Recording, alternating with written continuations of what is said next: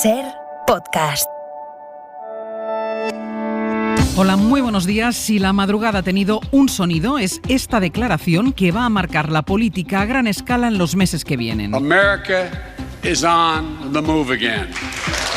América se mueve de nuevo, ha dicho Joe Biden en el discurso que ha pronunciado esta noche y que confirma el giro que ha dado la primera potencia del mundo en estos 100 días de nuevo gobierno. Por esos 100 días ha pronunciado Biden su discurso que el mundo mira por el cambio que supone, por el giro en la lucha contra el racismo, porque devuelve a Estados Unidos al combate frente al cambio climático, pero sobre todo por la manera de enfrentarse a la epidemia. Ha dicho que América será el arsenal de vacunas del mundo y ha defendido los planes de estímulo de más de $4 billones.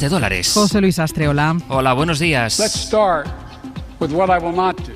Empecemos por lo que no haré, decía, no subiré los impuestos a las personas que ganen menos de $400.000. Es hora de que las empresas y el 1% más rico de los estadounidenses comiencen a pagar su parte justa. Ese discurso ocupa ya los primeros análisis hasta ahora en los medios estadounidenses, Bayón. El New York Times destaca que Biden aboga por ampliar el papel del gobierno en una apuesta arriesgada del nuevo presidente que ha presumido de haber revertido la crisis sanitaria y económica provocada por la pandemia en tan solo 100 días de gobierno. Seremos ese arsenal de vacunas para otros países como lo somos de democracia para el mundo, ha dicho Biden. El Washington Post pone el acento en esa defensa de los valores democráticos hecho por Biden, que al inicio de su discurso Madam Vice President. saludaba por primera vez a dos mujeres, las que presidían la sesión conjunta del Congreso. Biden ha pedido a las dos cámaras acabar con el bipartidismo y trabajar conjuntamente para terminar con el racismo, regularizar a los inmigrantes sin papeles y subir el salario mínimo en un país que ha dicho no lo construyeron las grandes empresas, sino los trabajadores. Desde que tuvimos noticias de ella, la pandemia nos ha dejado más dudas que certezas. Sigue habiendo muchas dudas, pero las certezas apuntan a que de momento ha vuelto a caer la incidencia. Ahora están 230 casos por cada 100.000 habitantes. Casi el 70% de los mayores de 60 años ya tienen al menos una dosis y esta semana España recibirá una remesa récord de 4 millones de vacunas. Y luego están, pues sí, las dudas que se vieron ayer en esa reunión del Consejo Interterritorial sobre lo que hay que hacer con la segunda dosis de AstraZeneca o sobre lo que va a pasar una vez decaiga el estado de alarma, cosa que va a suceder el domingo de la semana que viene. Y esas dudas siguen abiertas como mínimo hasta mañana, Mariola Lourido. Seguir esperando es lo que les toca al 1.700.000 trabajadores esenciales de menos de 60 años ya vacunados con la primera dosis de AstraZeneca.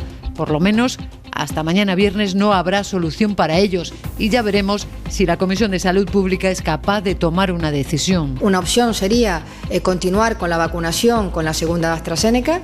La otra opción sería esperar hasta tener el ensayo clínico. Evidentemente, pero desde luego la opinión que tiene esta ministra es que hemos hecho un ensayo clínico para generar evidencia científica. Tampoco hay propuestas concretas para después del 9 de mayo, cuando termine el estado de alarma. Varias comunidades autónomas volvieron a mostrar ayer su preocupación y pidieron herramientas jurídicas, aunque ninguna solicitó en el Consejo Interterritorial la prórroga de una medida que la ministra Darias ha vuelto a descartar. En cuanto a la situación global, lo más preocupante sigue estando en la India, que empieza a recibir ayuda internacional y cuya variante estudian los expertos para comprobar si resiste a las vacunas. No cree que lo haga el CEO de BioNTech, que confía en que estas inyecciones frenen también esta cepa. Esta farmacéutica alemana que trabaja con Pfizer admite, eso sí, que hará falta ir renovando las dosis más allá de las 2 que contempla la pauta actual. Necesitaremos una tercera dosis a los 9 meses o quizá a los 12 para que aumenten casi al 100% los niveles de protección de la vacuna, lo que se llama una vacuna de refuerzo. Y después probablemente habrá que ponerse la vacuna de nuevo una vez al año o como muy tarde cada 18 meses. En España, el Poder Judicial renuncia al choque con el Parlamento y con el Gobierno. El Consejo no va a llevar ante el Constitucional la reforma que le impide hacer nombramientos de altos cargos cuando está en funciones. Una mayoría de vocales rechazó ayer presentar el recurso porque entienden que ese no es el camino adecuado. Y en Madrid, ahora que no se pueden publicar encuestas, los partidos van a intentar mantener sus estrategias hasta el 2 de mayo, el día en que se cierra la campaña electoral. Ayuso multiplica los gestos hacia Vox, mientras la izquierda pide que no se minimice la importancia de las amenazas. La última dirigida contra el expresidente Zapatero. Cristina Machado, buenos días. Buenos días, Ángel. Sí, el último guiño del Partido Popular de Ayuso a Vox ha sido cederles el espacio para el cierre de campaña. Las dos formaciones habían elegido la simbólica Plaza de Colón, donde finalmente estará la formación de ultraderecha. En una campaña muy polarizada, la presidenta y candidata del PP se esfuerza en defender a Vox en contraposición con Podemos. No veo que haya en las listas de Vox condenados por agresiones, como la portavoz Isabel Serra, que la han escondido como buena mujer de Podemos hasta que pasen las elecciones, para cuando pasen volver otra vez él. Y la izquierda advierte del riesgo que supone Vox, de quien depende Ayuso para mantenerse en el poder. Gabilondo pide un gobierno que vele por la unidad. Que no deje a nadie fuera, pero que combata a aquellos que claramente se enfrentan a la democracia, aquellos que quieren amenazarla. Así siguen las cosas, muy polarizadas a 5 días de las elecciones. Y en 2 horas tendremos el dato económico del día. Se va a publicar la encuesta de población activa. El primer trimestre del año suele ser malo, más con pandemia. La última EPA situaba el desempleo en el 16% en nuestro país. Es jueves, es 29 de abril. Sara Selva, buenos días. Hola Áñez, buenos días. Y para cerrar esta portada, la polémica que cada vez va a más sobre Boris Johnson y la reforma de Downing Street. El tema no tuvo demasiada relevancia al principio, pero ahora la Comisión Electoral ha abierto ya una investigación para comprobar de dónde salió exactamente el dinero con el que Johnson pagó esa redecoración del piso en el que vive. O sea que lo que empezó como una anécdota puede acabar con Johnson pagando una buena multa por haber cometido una infracción. El caso es que la remodelación del apartamento fue muy cara. Se ha llegado a hablar de 200.000 libras cuando lo que tienen asignado para gastarse es 30.000. Se ha publicado que la mujer de Johnson quería papel de pared de oro y que lo que pasaba, debe ser muy caro, sí. Y lo que pasaba es que no les gustaban los muebles que tenía Theresa May en el apartamento. 800 libras por el rollo de papel. Barato, Cuentan también que han contratado a una diseñadora carísima que tiene entre sus clientes a Mick Jagger. La prensa lo llama algo así como el caso de efectivo para cortinas. Bueno, veremos cómo acaba. ¿Qué tiempo va a hacer hoy, Sara? Pues va a seguir lloviendo un día más, aunque en Andalucía, Murcia y la Comunidad Valenciana van a ver algo más al sol. Están algunas comunidades autónomas empezando a planear las restricciones que dejarán en vigor cuando decaiga el estado de alarma dentro de 10 días. Están preparando planes para poder presentarlos a los tribunales y que les den el visto bueno antes de que llegue el 9 de mayo. El estado de alarma es uno de los temas que tiene sobre la mesa el Ministerio de Sanidad. Hoy comparece la ministra Carolina Darias en el Congreso y hablará sobre eso. El otro tema, lo decíamos ahora en portada, es qué pasa con los menores de 60 años que han recibido una dosis de la vacuna de AstraZeneca. Reconoció ayer Darias que la decisión es compleja y que el debate en Europa está abierto.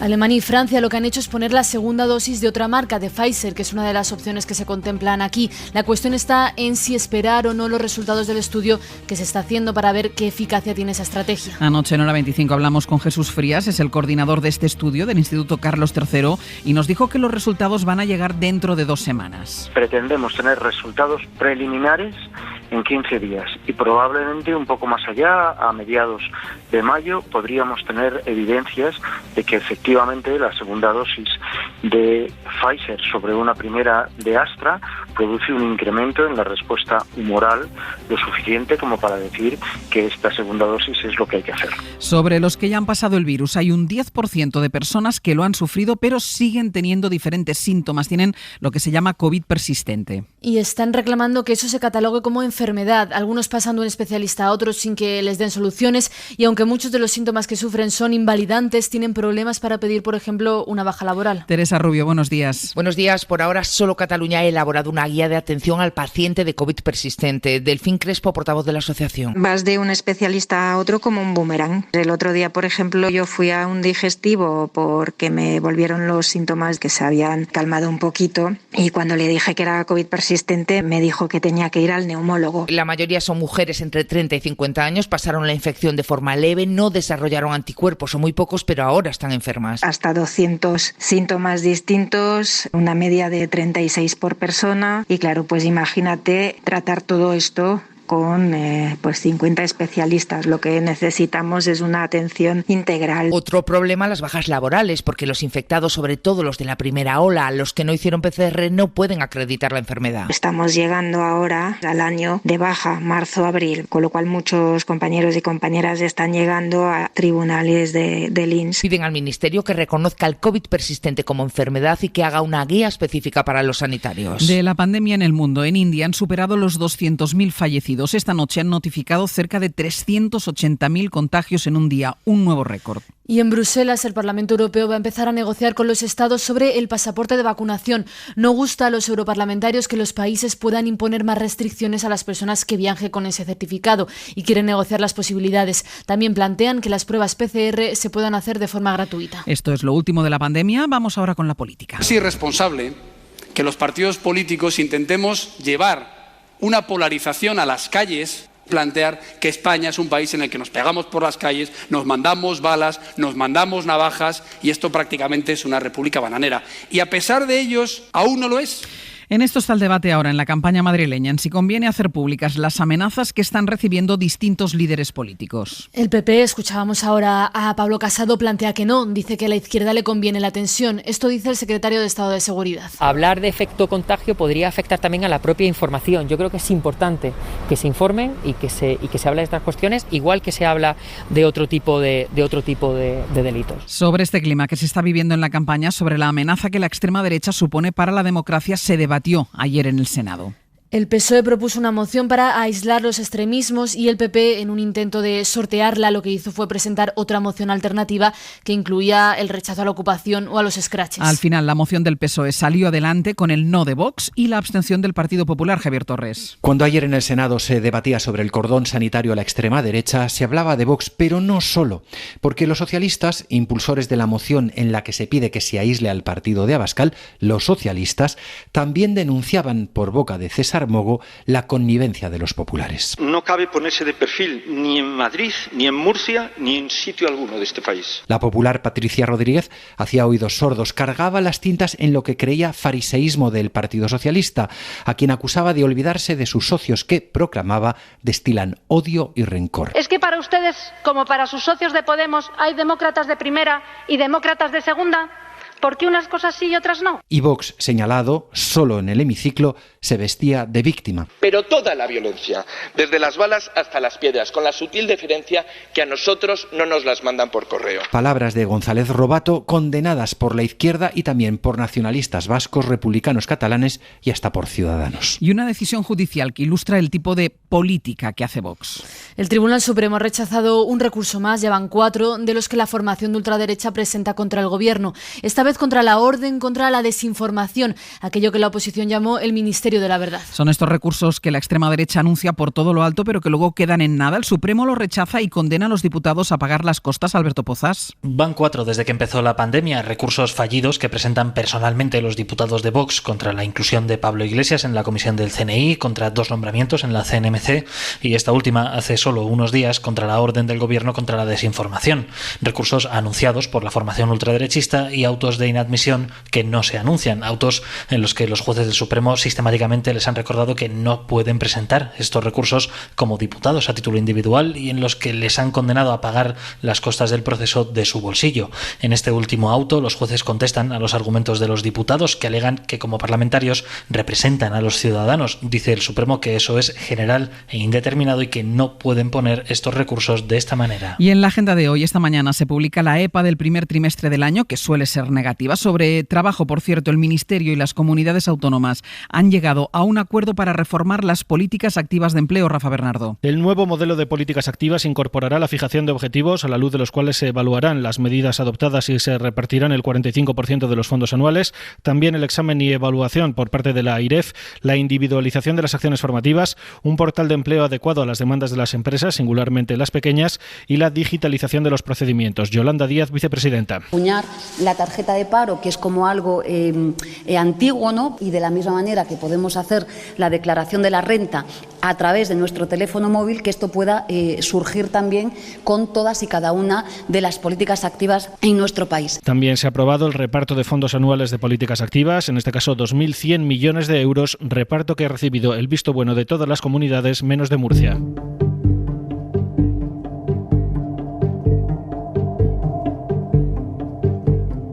La noticia de la noche está en el discurso de Joe Biden en el Congreso de Estados Unidos y ahora cuando se cumplen 100 días, en Cuba se quejan de que las relaciones entre Washington y La Habana apenas han cambiado durante este tiempo, a pesar de que Biden se comprometió a revisar la política de sanciones que implantó Trump desde Cuba. Mauricio Vicent. 100 días después de la llegada de Joe Biden a la Casa Blanca, poco se ha movido entre Washington y La Habana. Según la Cancillería cubana, en este tiempo no ha habido negociaciones bilaterales ni señales de Washington de que Estados Unidos vaya a retomar la política de acercamiento impulsada por Barack Obama, como esperaban muchos dentro y fuera de la isla. El gobierno de Donald Trump desmanteló el consulado de La Habana y suspendió la mayoría de los vuelos directos y de los viajes de los norteamericanos a la isla. Estados Unidos ya ha dicho en 2 ocasiones que Cuba no es una prioridad para Biden y La Habana afirma que si no es una prioridad, ¿por qué mantiene una política de hostilidad cuyo único propósito es dañar la economía cubana. Y en Italia, un tribunal de Florencia ha confirmado la condena de 3 años de cárcel para 2 italianos que intentaron violar a una chica en España, en Palma. Han pasado 20 años desde el delito. Fue en 2001, intentaron violarla y ella, intentando huir por la ventana del piso, se cayó y murió. Aquí en Mallorca el caso se archivó. Corresponsal en Roma, Joan Solés. Para los 3 jueces del Alto Tribunal de la capital toscana, queda probado que los 2 italianos intentaron violar a la joven Martina Rossi, de 22 años, que al huir saltando por el balcón del hotel de Palma de Mallorca, precipitó y falleció. Una década después, el presunto delito de muerte ha prescrito, pero el tribunal ha ratificado finalmente la condena a 3 años de prisión porque no existen dudas que intentaron violarla, razón por la cual la joven intentó escapar. En Mallorca el caso fue archivado en su día como suicidio. Tras conocerse la sentencia, los padres de Martina se han preguntado en declaraciones a la prensa ¿qué país es este que condena a solo 3 años de prisión a los autores de un intento de violación sexual con resultado de muerte?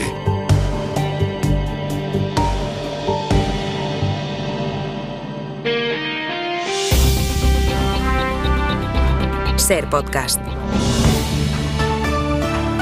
Hoy por hoy, con Ángeles Barceló. Hace poco falleció el príncipe Felipe de Edimburgo, del que la serie The Crown ha descrito un perfil que muchos desconocían. Y hay una de las cosas que se cuentan de él, que es la fascinación que le produjeron 3 hombres. Los 3 astronautas que viajaron a la Luna por primera vez y a los que recibió en el Palacio de Buckingham. A Felipe de Edimburgo le perseguía la pregunta de cómo era eso de ir siempre 2 pasos por detrás de la reina. A uno de los astronautas que él recibió, pues le perseguía otra pregunta: ¿cómo era eso de haberse quedado a unos pasos de la historia? Michael Collins, el hombre que subió a la Luna pero que no pudo bajar de ella, no pudo bajar del Apolo 11 para pisar la Luna, murió ayer a los 90 años. It was a wonderful experience and it was nice. Se llamaba a sí mismo el astronauta olvidado. Contó en sus memorias que hubo un momento cuando Armstrong y Aldrin dieron los primeros pasos de la humanidad sobre la Luna, que él perdió el contacto con ellos y con la Tierra. Y ahí sintió el vacío más absoluto. Hay que imaginarlo, solo, suspendido en el espacio, flotando, viendo flotar la Tierra desde la ventana.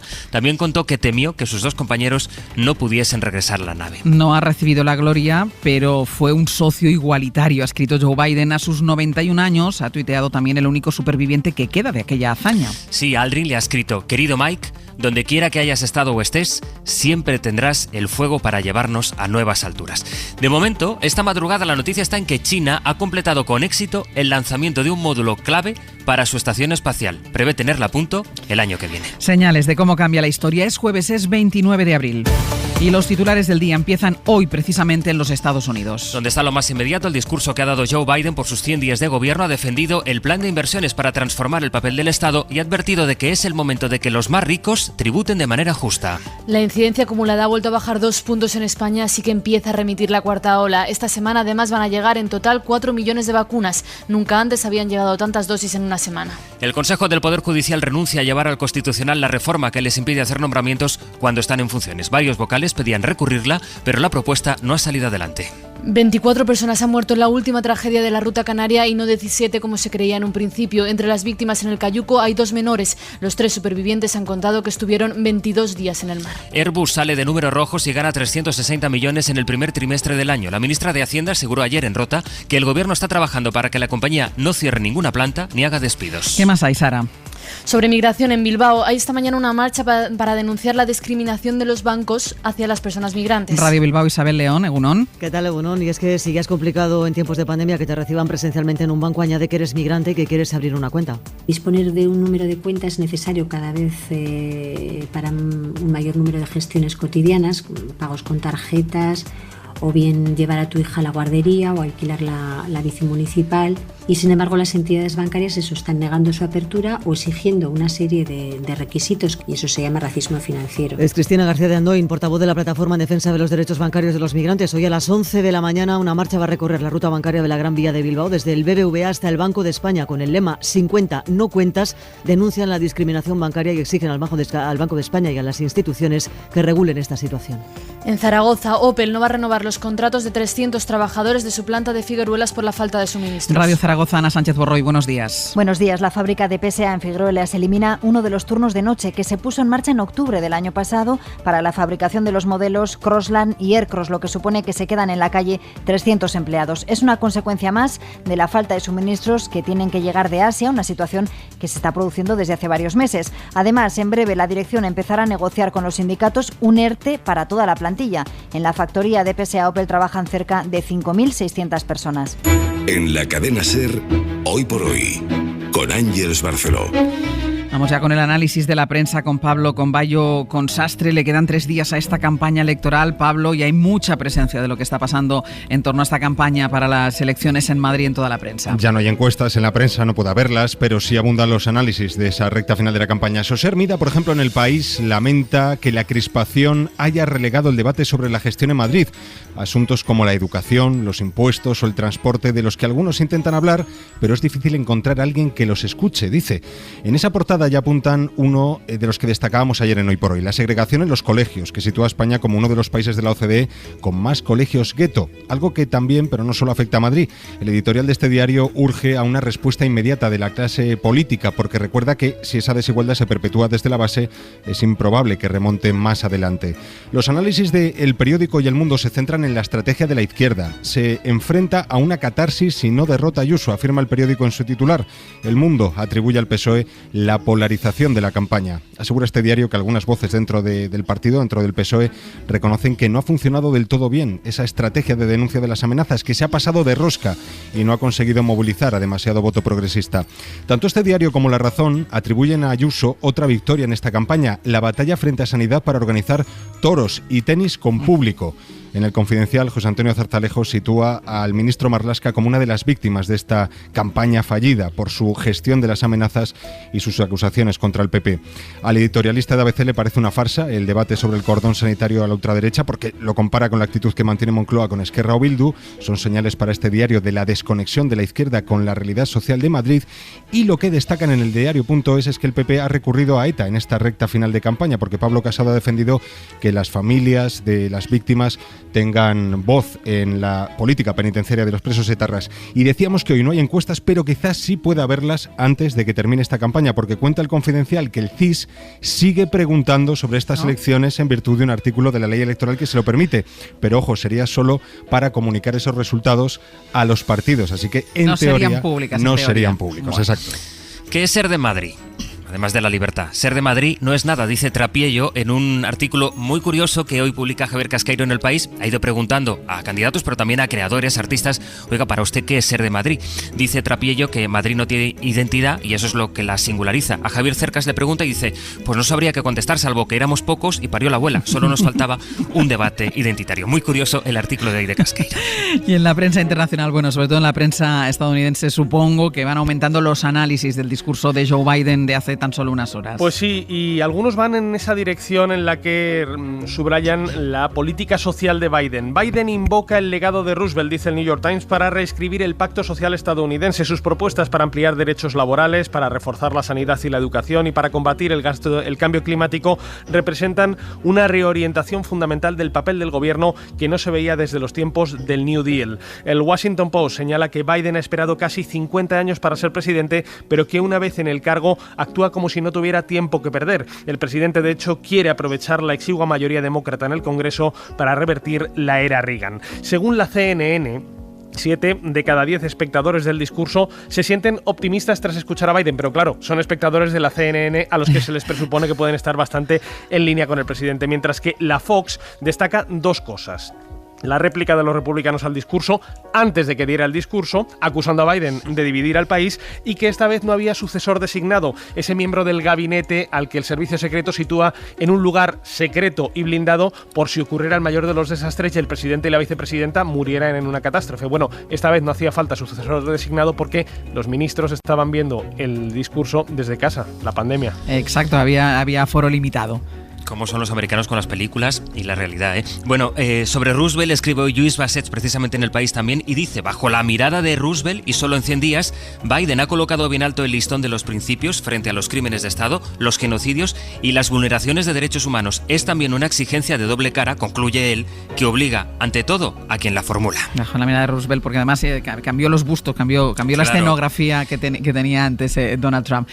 Pablo, sobre la pandemia. Es la India la que sigue dejando imágenes de más impacto sobre el virus. En la prensa española, ABC destaca, por ejemplo, cómo el país ha superado las 200.000 víctimas, con una imagen más de las cremaciones que se siguen viendo en ese país. El país apoya el rescate de India en su editorial, que ha emprendido la comunidad internacional. Recuerda que mientras el virus circule con la intensidad como lo está haciendo en India, hay más posibilidades de que desarrolle variantes resistentes a las vacunas disponibles. En La Razón dicen que Pedro Sánchez pondrá a disposición de las comunidades un estado de alarma a la carta para aquellos territorios que lo soliciten. Y el editorial de La Vanguardia reclama que se deje de politizar la gestión de la pandemia. Lo pide a partir de la última polémica sobre la vacunación en Cataluña y reclama que mossos, guardias civiles y policías sean tratados por igual. Hoy por hoy, Ángeles Barceló. Vamos ya con la actualidad deportiva, hoy con Francisco José Delgado. Paco, muy buenos días. Muy buenos días, Ángeles. Hoy juega el Barça el partido que tenía pendiente por ese sábado que tuvo que jugar la final de la Copa. Bueno, se puede poner líder si es que gana y desbancar al Atlético por primera vez desde el mes de noviembre. Pues sí, voy a dar datos. El Barça ha ganado 17 de los últimos 19 partidos al Granada en Liga. Los azulgranas marcan siempre al Granada en casa. Nunca no le han hecho un gol. Messi contra el Granada lleva 9 goles y 6 asistencias. Y fuera de casa el equipo andaluz solo ha ganado uno de los últimos 10 partidos. Claro, con estos datos el culé sonreirá, pero esto es fútbol y no matemática y estadística. Y por eso es tan bonito. Y además hoy son del Granada Simeone, Zidane y hasta Lopetegui. Así que jugarán con la grada vacía, pero con el apoyo de los 3 que están en la pelea por la Liga en la distancia. Y ayer hubo Liga, Athletic 2, Valladolid 2, punto de oro para los visitantes y hoy posibilidad de que el Barça sea líder de la primera división. En Granada has dicho que juegan. No, en el Camp Nou. En el Camp Nou, pensaba que era en Granada, iba a decir, porque nosotros vamos a Granada esta tarde, que mañana hacemos el programa desde ahí y si hubiera habido público, pero bueno, no, si es en el Camp Nou no nos da tiempo. Oye, ¿las elecciones a la presidencia de la Comunidad de Madrid van a afectar al Real Madrid? Sí, el titular es muy de los que se lleva ahora, buscando la atención, pero es verdad. Pasa que Marcelo ha sido llamado a una mesa electoral para el 4 de mayo, el Real Madrid ha presentado un recurso diciendo que el día 5, como que Marcelo tiene un partido en Inglaterra en la Champions, y la Junta Electoral ha dicho que genial, pero que tiene que ir a la mesa electoral como cualquier ciudadano. El Real Madrid va a seguir buscando... ¿Ya ha respondido la Junta Electoral? Sí, ha respondido. Dicen en el Madrid que va a buscar un resquicio legal al que agarrarse, porque ahora con el protocolo de COVID, Marcelo no podría ir por su cuenta al día siguiente a Inglaterra sin pasar la pertinente cuarentena. Si vuela fuera de la burbuja, sería baja. Eso sí, el Real Madrid recupera a Mendy para ese partido en el lateral izquierdo y dicen los memes por internet, que ya somos todos muy de memes, que viendo el rendimiento de Marcelo, esto es una jugada de Florentino Pérez para librarle de un problema a Zidane. Tengo 3 por ciertos en la noticia. Primer por cierto, al Real Madrid le han llamado también a Chust, a una mesa electoral, el canterano que ha jugado con el primer equipo como central, aunque ahora está lesionado. Segundo, por cierto, ayer hubo Champions, PSG 1, City 2, con cante de Keylor en el gol del City. Y el por cierto principal, hoy no hay Champions, pero en Villarreal como si lo hubiera. Semifinales de la Liga Europa ante el Arsenal, partido histórico en la Cerámica en busca de una final continental, con Emery, que es Mr. Liga Europa, que se enfrenta a sus ex. Se repite la semifinal de 2006 y es la 4ª vez en donde el Villarreal está a punto del asalto a una final. Así que vamos a ver si a la quinta va la vencida y no hay quinto malo, que son dos cosas muy de transformar refranes. Partidazo del Villarreal. Oye, la tuya de básquet, muy breve, traes ración doble, Euroliga y NBA, ¿qué pasa? En la Euroliga, la Champions del básquet, juega hoy el Real Madrid, o gana o se queda fuera de la Final Four, y la alucinante es la de la NBA, que no sé ni cómo contarla. Una de las franquicias principales, los Bucks, han decidido regalar una vacuna Pfizer contra el COVID a cada aficionado que vaya a verlos el próximo domingo. Yo sé que es difícil de procesar, pero es la noticia y es así y así la cuento. Bueno, pues regalo para los que vayan de público. Paco Jo, muchísimas gracias. Muchísimas gracias, un beso. En la cadena SER, Hoy por Hoy, con Ángeles Barceló. Marco Antonio Aguirre, buenos días. Buenos días, Ángeles, y buenos días a todos. Vamos a hacer hoy un ejercicio de meditación. Visualiza, querido oyente, un campo precioso. El sol luce en lo alto. Visualiza ahora una nube blanca pequeñita que le da un toque muy bonito. Al fondo cantan los pájaros. Imagina todo eso con nitidez, es importante. Visualiza ahora, caminando por ese bonito campo, al candidato o candidata que más te guste de las elecciones de Madrid.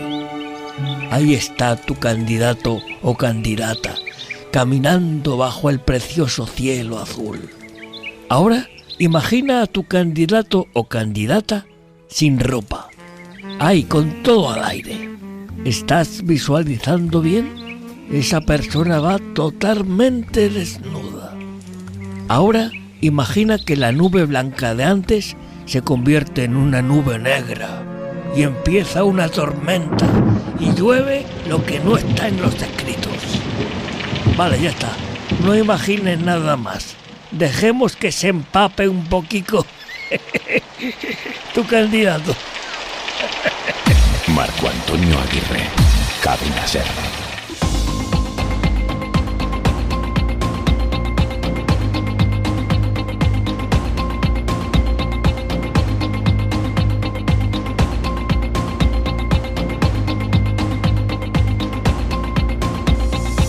Hola, muy buenos días. En España, los consecutivos ciclos electorales lastran cualquier posibilidad de acelerar la recuperación o de diseñar una estrategia de futuro. El cortoplacismo tiene acogotada la clase política y es muy difícil observar cualquier iniciativa que sea a largo plazo o a medio, si me apuran. En cambio, en Estados Unidos ha sido precisamente un ciclo electoral el que ha vuelto a poner al país en el lugar donde había estado históricamente, unas elecciones que impidieron que Donald Trump revalidara mandato y que situaron a Joe Biden al frente de la Casa Blanca. Durante la campaña, Trump se encargó de mofarse de la edad de su sucesor, pero Biden está demostrando que su edad no es ningún impedimento y se ha mostrado como un presidente hiperactivo, acelerando ya desde el primer día todas las reformas imprescindibles para darle la vuelta como un calcetín a prácticamente todas las políticas de Trump, en materia económica, de política exterior, en asuntos sociales, en inmigración o en cambio climático. Esta madrugada ha dado su discurso ante las cámaras tras estos 100 días de mandato y ha dejado claras todas las prioridades.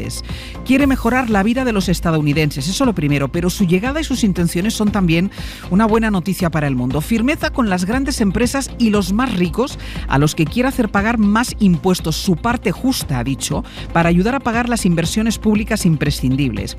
Ahí recuerden, las grandes tecnológicas anunciaron enormes beneficios en el año de la pandemia. Quiere terminar con lo que ha calificado de agotadora guerra por la inmigración. Pide a los republicanos el apoyo para restringir el acceso a las armas y defiende la labor de los sindicatos, a los que atribuye la creación de la clase media de ese país. Wall Street no construyó este país, ha asegurado.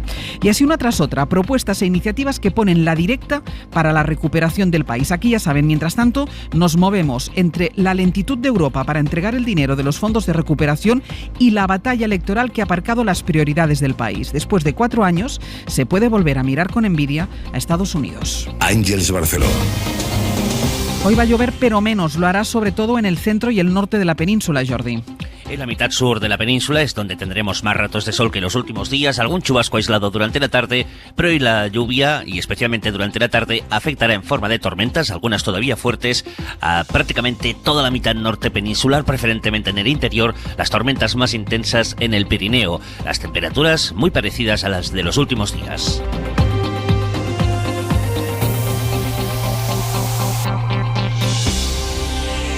Hemos explicado de lo que se ha hablado esta madrugada en Estados Unidos y, entre tanto, aquí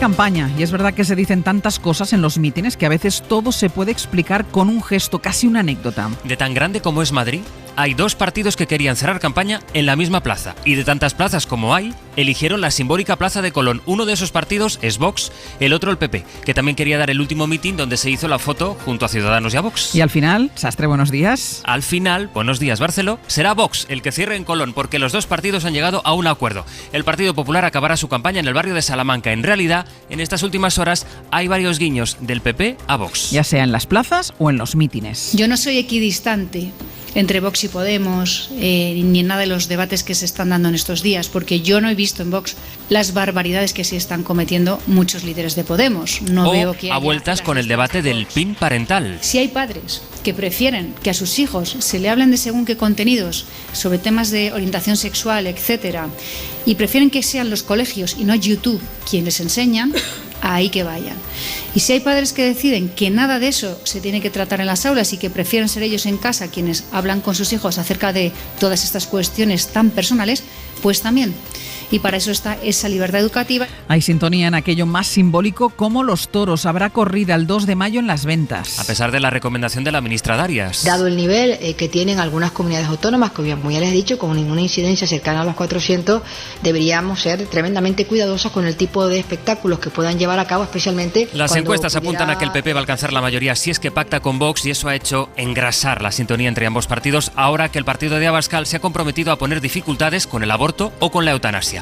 Eso en una campaña que, por lo demás, sigue marcada por las amenazas y por la respuesta ante esas amenazas. El gobierno cree que hay que denunciarlas públicamente. Lo dice el número 2 de Interior, Rafael Pérez. Yo creo que es importante que se informen y que se hable de estas cuestiones, igual que se habla de otro tipo de delitos. Yo creo el Partido Popular cree que no hay que difundirlas y acusa al gobierno de crear crispación. El Partido Socialista le conviene la atención en campaña. Por eso todas las campañas resucitan a Franco, todas las campañas legislan en lo moral, todas las campañas enfrentan por sexo, por género, por orientación sexual, pero es que ya no cuela.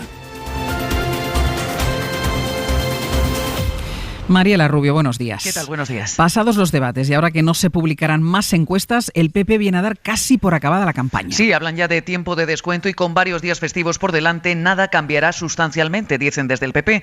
Génova interpreta que la inercia adquirida ya en la recta inicial de la campaña era muy fuerte, que no haberse desviado ni un ápice de la estrategia de confrontación con Sánchez ha sido un éxito y que ahora todos los caminos conducen a la reelección de Ayuso. La incógnita no es si gobierna, porque gobernará, dicen, sino cómo gobierna. En el PP ni los más optimistas consideran un objetivo realista la mayoría absoluta, pero sí ven factible que el voto útil del centro-derecha lleve a Ayuso a sumar ella sola más que toda la izquierda. La campaña Ángels, además, terminará en alto para el PP con el gran acto del 2 de mayo, Día de la Comunidad, donde Ayuso ejercerá de anfitriona ante el resto de líderes políticos. Mariela, gracias. A vosotros. A las 8:30 vamos a entrevistar aquí a Ángel Gabilondo, al que ayer apoyaron en una carta conjunta casi una treintena de exministros de gobiernos de Zapatero, además del propio Zapatero. Están varias generaciones y familias políticas del PSOE, pues por ejemplo Pedro Solbes, Jesús Caldera, Ramón Jáuregui, Trinidad Jiménez o José Bono, que estuvo anoche en Hora 25. Ser antimonárquico no te convierte inmediatamente en republicano. Del mismo modo que ser antifascista no te convierte en demócrata, como ser anticomunista tampoco te convierte en demócrata.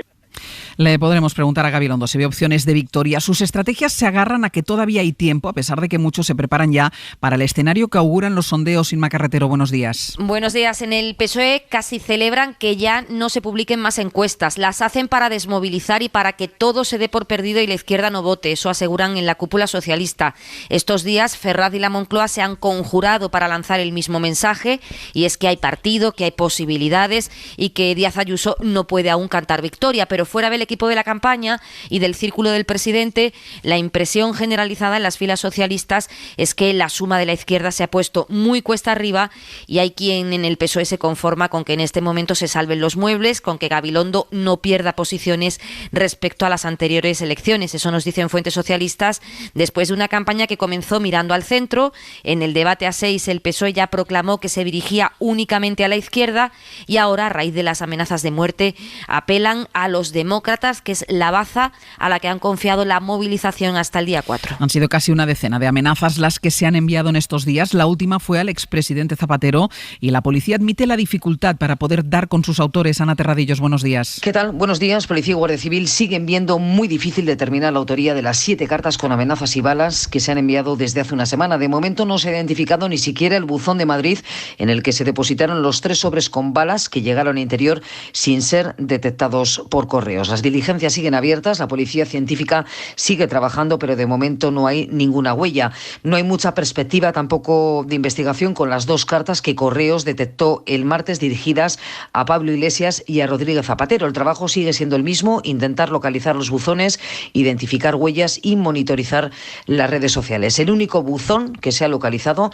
es el de Barcelona, con la carta que iba dirigida a Díaz Ayuso. Fuera de la campaña hay otra noticia que tiene alcance político: es la polémica que retrasa retrata el momento en el que estamos y que mantienen abiertas los 3 poderes judiciales, el Gobierno, el Congreso y el Judicial, que tiene el mandato caducado por la falta de acuerdo político. El Congreso cambió la ley para que mientras dure esta interinidad el Poder Judicial no pueda hacer nombramientos. De ahí esta disputa entre los 3 poderes del Estado. El Consejo, que protestó por este cambio, no llevará su protesta a su discusión ante el Constitucional. Así que renuncia a ir a más con este pulso, Alberto Pozas. Lo que iba camino de ser un enfrentamiento judicial directo entre el Consejo y las Cortes se queda prácticamente en nada. Ayer el Consejo aprobó por mayoría, 13 votos a 8, no llevar ante el Constitucional la reforma que les impide hacer nombramientos judiciales estando en funciones, ni pidiendo al Defensor del Pueblo que presente su propio recurso, ni tampoco planteando un conflicto de atribuciones. Muchos vocales que están en contra de la reforma han votado en contra porque consideran que este no es el camino adecuado. Lo que sí hará el Consejo será advertir a Europa sobre el atasco de nombramientos por resolver en su informe anual a la Comisión Europea sobre el Estado de Derecho, teniendo en cuenta que este organismo, la Comisión, ya ha dado el visto bueno a la reforma. En cuanto a la pandemia, y a pesar de que hay cifras preocupantes, hay también indicios buenos. Mariola Laurido, buenos días. Buenos días, Andrés. Ahora lo vamos a ampliar, pero por dejar apuntadas las buenas noticias. Esta semana récord en la llegada de vacunas. 4 millones de dosis se van a recibir para ayudar a doblegar la curva de la cuarta ola que está estancada por segundo día consecutivo. Vuelve a bajar la incidencia y levemente las hospitalizaciones. Parece que remite la cuarta ola de contagios. La incidencia volvió a bajar ayer y hay menos de 10.000 hospitalizados por COVID. Ayer hubo más altas que ingresos, aunque fallecieron 88 personas en España, y aunque la situación en los hospitales pues se espera que empeore a mediados de la semana que viene. Las buenas noticias llegan también con las vacunas porque, ahora lo apuntaba Mariola, esta va a ser la semana que más dosis reciba España. Aunque tengamos todavía debates pendientes, Mariola, por ejemplo, ¿qué pasa con las personas a las que se puso una primera dosis de AstraZeneca? Pues no hay solución todavía en España para este colectivo amplio. 1.700.000 personas están pendientes. Sanidad ha decidido esperar a lo que determine mañana la Comisión de Salud Pública, si es capaz de llegar a un acuerdo. La ministra Darias, que niega problemas de disponibilidad de dosis de AstraZeneca, es partidaria de vacunar con Pfizer si así lo valida el ensayo clínico que se está haciendo en 5 hospitales. Opción esta de vacunar con Pfizer por la que han optado ya países como Francia o Alemania. Enfrente está la reclamación de comunidades como Madrid de ponerles ya la segunda de AstraZeneca, siguiendo la recomendación de la Agencia Europea del Medicamento. El otro debate que hubo en el interterritorial de ayer, Mariola, fue por lo que pasará una vez que decaiga el estado de alarma. Ninguna comunidad pidió ayer en el Consejo Interterritorial la prórroga del estado de alarma, aunque varias han insistido en la necesidad de que el Gobierno les proporcione herramientas jurídicas que les permitan seguir tomando medidas que afecten a derechos fundamentales. Euskadi es la que más preocupada está por sus malos datos epidemiológicos y también por sus problemas, ¿no?, con el Tribunal Superior de Justicia, que les ha tumbado restricciones. Por eso el Gobierno vasco es el que más está insistiendo ante Sanidad en que antes del día 9 se apruebe algún tipo de iniciativa. Mariola, gracias. A ti, hasta luego.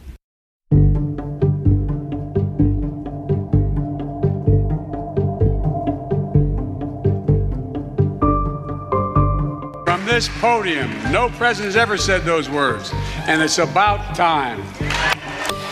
Parecía un discurso del Estado de la Unión, pero no. Era el discurso de Joe Biden por sus primeros 100 días en la Casa Blanca, que ha empezado celebrando que haya una mujer vicepresidenta y una mujer presidiendo el Congreso. El discurso es la demostración de cómo el cambio en una silla, la del despacho Oval, puede hacer que cambie tanto el mundo en estos pocos meses. Ahora la prioridad es la lucha contra el virus. Ha vacunado a más de 100 millones de personas, ha devuelto al país al frente contra el cambio climático, y todo eso ha repasado Biden en este discurso de esta madrugada. Y lo más novedoso está en el plan de recuperación y en los impuestos. Corresponsal Marta Delvado, buenos días. En su primer discurso como presidente en el Congreso, Joe Biden asegura que después de 100 días de rescate y renovación, Estados Unidos está resurgiendo de la crisis sanitaria y económica.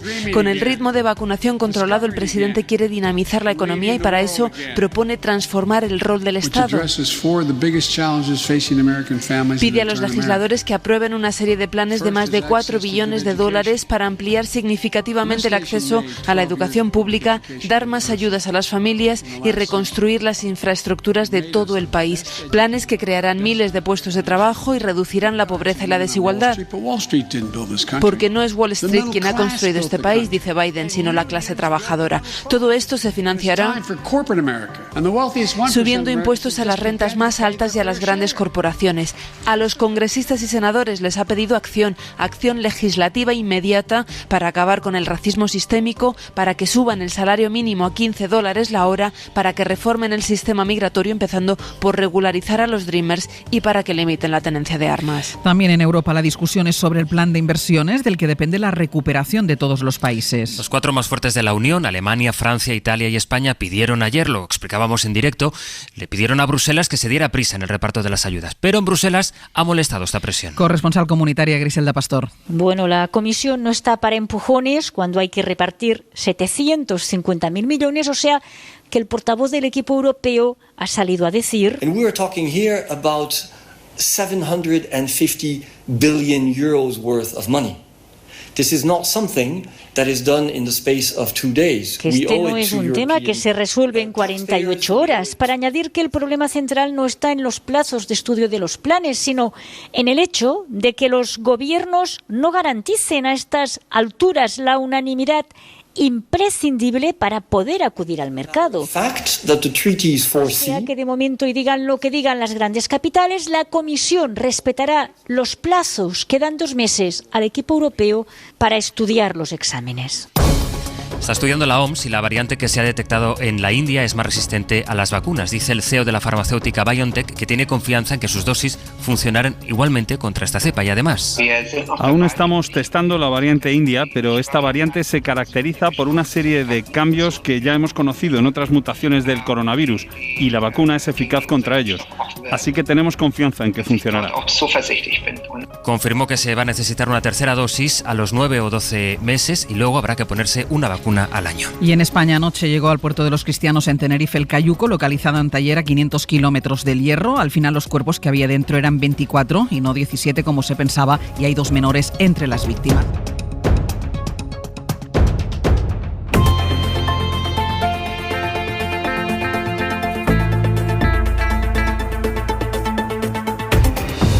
Abierto Mario Laurrea, Gonzalo Velasco y José María Lasalle. Y saludamos a esta hora a Ángel Gabilondo, candidato del Partido Socialista a las elecciones de Madrid. Ángel Gabilondo, muy buenos días. Hola, buenos días, Ángel. ¿Cómo está? ¿Cómo llega a estos últimos compases de la campaña?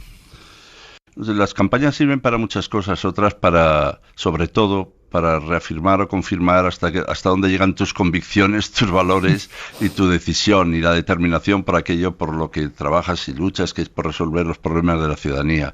Te pone a prueba también personalmente, pero ya el asunto ya no es que me pasa a mí, es que nos pasa a todos, y yo creo que estamos en una coyuntura muy importante y en condiciones de afrontarla como país, como comunidad en este caso. ¿Qué espera que ocurra en este último tramo, en esta recta final? ¿Seguirá, cree la campaña, bueno, pues también dependerá de ustedes, seguirá centrada en el cerco, en el cordón sanitario a Vox? ¿Seguirá rondando ese lema de fascismo o democracia? ¿O le gustaría llevarla por otro camino? Yo desde luego la llevo por otro camino. Es decir, yo creo que lo que hace falta es, ante tanta odio, crispación y confrontación, necesitamos otro modo de hacer las cosas, abrir otros caminos. Y yo, si me presento para ser el nuevo presidente, yo creo que puedo centrarme en lo que nos une y quiero hacerlo y puedo hacerlo como presidente a una comunidad de nuevo. Tenemos que ir por ahí. O sea, cualquier otra cosa es una insensatez. Y segundo, yo siempre planteé las elecciones pues para resolver esos problemas. Es que además son unas elecciones muy singulares, son de 2 años, dentro de un año estamos otra vez ya de campaña, o sea que lo que hay que hacer es ser realista, pragmático, hacer proyectos concretos que afronten la pandemia, la vacunación, la recuperación económica y la reconstrucción social sin dejar a nadie atrás. Hay que centrarse en eso, pero desde luego lo que no vamos a olvidar es lo que nos estamos jugando también desde el punto de vista democrático. Pero ¿no tiene la sensación de que al final los ciudadanos se han quedado o tienen los ciudadanos la sensación de que todo gira en torno a 2 eslóganes, que todo gira en torno al comunismo, libertad o al fascismo, democracia? Yo creo que no. Yo creo que esto que son temas importantísimos, desde luego decisivos y sobre todo decisivos para la teoría política, decisivos para entender el siglo XIX, el siglo XX y para entendernos a nosotros mismos y para entender nuestra sociedad, pero creo que en este momento hay tal estado de necesidad, tal incertidumbre, que lo que quieren es que abordemos y resolvamos los problemas. Lo que pasa es que eso está vinculado también a la defensa de la democracia. O sea, no es que parezca que haya o que hay dos opciones. O hablamos de la democracia o hablamos de la resolución de los problemas ciudadanos. No, es que yo creo que eso es lo mismo. Que exactamente la democracia consiste en tratar de abordar la situación de la vida de nuestros conciudadanos y hacerlo, desde luego, para crear condiciones de justicia y libertad. Salvo que la democracia sea un debate para el tomo 16 de no sé qué historia y lo otro sea una cosa pues para políticos pragmáticos. Y yo creo que es el mismo debate. Y en ese mismo debate, desde luego, yo cuando digo hagámoslo por Madrid, hagámoslo por la democracia, añado otra cosa: hagámoslo no solo por Madrid, hagámoslo por la democracia. Más de una veintena de exministros del Partido Socialista, de diferente origen y de diferentes familias, le apoyan a usted en un manifiesto que hemos conocido en las últimas horas. Y uno de los firmantes es José Bono. Ayer estuvo aquí en Hora 25 y él hacía una afirmación, decía, ser antifascista no te convierte en un demócrata. Y decía, ser anticomunista tampoco te convierte en un demócrata. ¿Qué opina de esta reflexión? En general opino que el ser anti es una cosa menos interesante que lo que yo espero de mi vida, ¿no? Yo cuando a veces me dicen, ¿de qué vas a hablar? Un día dije, voy a hablar a favor. Eso es lo que voy a hacer, hablar a favor. Y lo que tenemos es que generar discursos que construyan esperanza y que estén basados en la defensa de valores, de principios y de convicciones. Y a partir de ahí ya se distingue qué es de qué nos estamos distanciando. Desde luego está claro que nosotros no nos identificamos con quien dijo que estaba en el lado correcto de la historia porque estaba al lado del fascismo, que es lo que dijo Ayuso, porque la llamaban eso. Yo no veo que sea el lado correcto de la historia, pero también digo que sobre todo lo que tenemos que hacer es defender valores democráticos y gastar nuestras energías en construir país. Y esto es lo que yo quiero hacer y es en lo que estoy empeñado. Estoy empeñado desde chaval con esto, no sé, tengo esa enfermedad. Y ese empeño es el que yo ahora presento como mi única acreditación. La capacidad que me dice, estás enfermo de consensos, solo quieres acuerdos, estás todo el día pensando en cómo construir, pero la vida es muy dura y entonces ya viene todo el gran discurso de lo que se llama los realistas, que muchas veces son personas empeñadas en que no sigas soñando y luchando. Con esta descripción, señor Gabilondo, que hace de usted mismo, y además que es una descripción que conocemos, porque los que hemos seguido... se la he oído a ustedes, ya la verdad. No, porque además los que hemos seguido su trayectoria sabemos cómo es usted, ¿no? Yo a veces he tenido la sensación, y esto es una sensación personal, y usted me la desmiente, pero yo he tenido la sensación que en algunos momentos usted no estaba cómodo en esta campaña electoral. Una campaña que ha terminado siendo muy polarizada, muy crispada, y a veces tenía la sensación que su perfil no encajaba. Pero yo creo que no estaba cómodo nadie. Desde luego, las personas que estén cómodos en ese ámbito, yo no sé si están en las condiciones adecuadas para afrontar el desafío de liderar la recuperación del país y la recuperación de Madrid. Yo no creo. O sea, es que estábamos incomodísimos en un planteamiento que se ve acelerado no porque hemos tenido una mala noche, sino porque se han dado una serie de hechos bien concretos que se pueden enumerar, que han conducido finalmente a que haya amenazas explícitas de muerte que no han sido condenadas explícitamente. Y se ha hablado en torno a ello, pues pensando que son montajes, incluso insinuando o diciendo explícitamente que eran operaciones políticas tergiversadas por manos que querían transformar o trastornar las elecciones. Es que este debilitamiento y esta banalización de las amenazas, yo la conozco, yo la he visto en muchos sitios, la he visto en mi tierra donde nací, aunque ahora vivo en Madrid, soy de Madrid, llevo aquí más de 40 años, pero la he visto y no la podemos permitir que se banalice la amenaza. Y por eso esto ha condicionado, es verdad. Pero también es verdad que no nos ha hecho olvidar, porque basta ir a un encuentro, un mitin a cualquier sitio y ver a las personas, a los que están allí, los ciudadanos, ciudadanas, y entonces lo que necesitan es empleo, lo que necesitan es vacunación, que es la mejor política económica, necesitan ayuda. Y tenemos que hacer eso. Si hacemos lo otro, pues que sea para esto. Sobre las amenazas que me hablaba usted ahora, empiezan a abundar los análisis, que dicen que no se ha gestionado bien la información sobre las amenazas recibidas estos días. Yo no sé si lo comparte. ¿Hay que hacerlas públicas? ¿No hay que hacerlas públicas? Bueno, yo sí creo que la sociedad debe conocerlo, ¿no? Debe conocer. Yo ya sé que en algunos momentos se piensa que la mejor estrategia es callar sobre las cosas, pero eso también lo he vivido. Y he vivido cuando después de la guerra, desde luego en mi casa, todos somos hijos también de la guerra, al menos los de nuestra edad, pues se decía, no hables de esto, que no se entere nadie, que no se...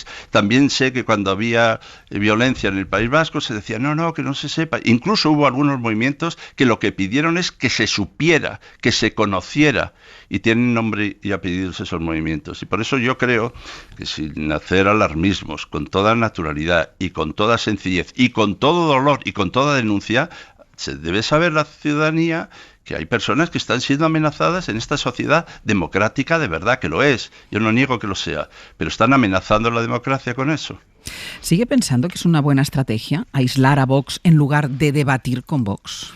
Sí, yo creo que... Bueno, si alguno asistió a un debate en el que usted demostró toda su categoría, y no necesito yo ponerle nota, de lo que sí digo es que se vio que expertos en lograr debates fallidos. Es verdad que allí no estábamos jugando a cartas, estábamos también oponiéndonos claramente a una posición que defendía actitudes antidemocráticas y además trabajaba muy activamente para evitar un debate real, haciendo inviable el debate. Y por tanto, yo creo que en este momento, lo hemos visto, a un partido como Vox, que llama a todo acuerdo, dice que es un acuerdo progre, un consenso progre, o sea que nos manda lo que yo creo que es fundamental de la política, que es exactamente los acuerdos, que la política es el arte de los acuerdos. Ahora resulta que llegar a un acuerdo es un signo de debilidad, de fatalidad, de renuncia a los principios. ¿Qué principios son esos que no pueden entrar en conversación con los principios de los otros y llegar a acuerdos? Pues son los que se sitúan fuera exactamente del espacio del diálogo. ¿En qué tiene que consistir el cordón sanitario del que usted también ha hablado a la ultraderecha Vox? Y se lo digo porque, bueno, luego de un poco marcha atrás, pero Isabel Díaz Ayuso en un momento determinado les dijo a ustedes, hombre, pues si quieren hacerle un cordón sanitario, apóyenme a mí, cédanme los votos que yo necesite para que pueda gobernar sin necesitar a la ultraderecha, que de alguna manera es convertirla en irrelevante. ¿En qué tiene que consistir el cordón sanitario? Lo primero que hay que decir es que nosotros estamos contra esas ideas de la ultraderecha, esas ideas, por tanto, contra Vox, digo desde el punto de vista de apoyo político, no queremos que tenga más poder, y lo que sí decimos también contra las ideas, contra esas ideas ultraderechistas que permean también en gran parte el Partido Popular de Madrid. Y subrayo lo de Madrid, porque no estoy tan seguro que el resto del Partido Popular tenga esa orientación, ni desde luego los partidos conservadores europeos. Y por eso lo que nosotros decimos, yo digo, ni Ayuso ni Vox. Lo que hace falta aquí es una alternativa progresista, a un gobierno progresista, y que yo propongo liderado por el PSOE. Esto es lo que hace falta en Madrid, y eso es a lo que yo llamo. La alternativa no es... ¿Por qué crece tanto Ayuso? Bueno, esto es un debate. Yo tengo otra pregunta anterior para la señora Ayuso, que es ¿por qué ha convocado las elecciones? ¿Para qué las ha convocado? Porque yo veo más intereses de partido, intereses personales, pero no acabo de ver el interés para la población en este momento, cuando estábamos en una coyuntura de pandemia. ¿Qué es? ¿Para acercarse más a Vox, para desprenderse de Ciudadanos, para constatar que era un gobierno fallido y ineficaz para tomar medidas? ¿O para librarse de un fantasma que es que vienen Ciudadanos y el PSOE juntos a por mí? Pero si esa unión ya han visto lo que es. Ciudadanos inmediatamente aparece diciendo que va a volver a las andadas de apoyar a Ayuso. Bueno, ellos verán.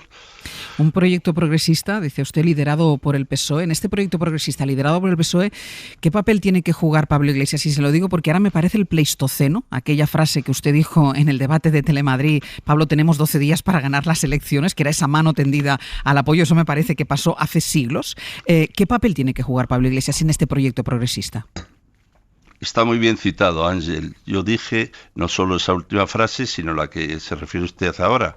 Confío en que Unidas Podemos apoye un gobierno para frenar, para poner barrera al gobierno de Colón.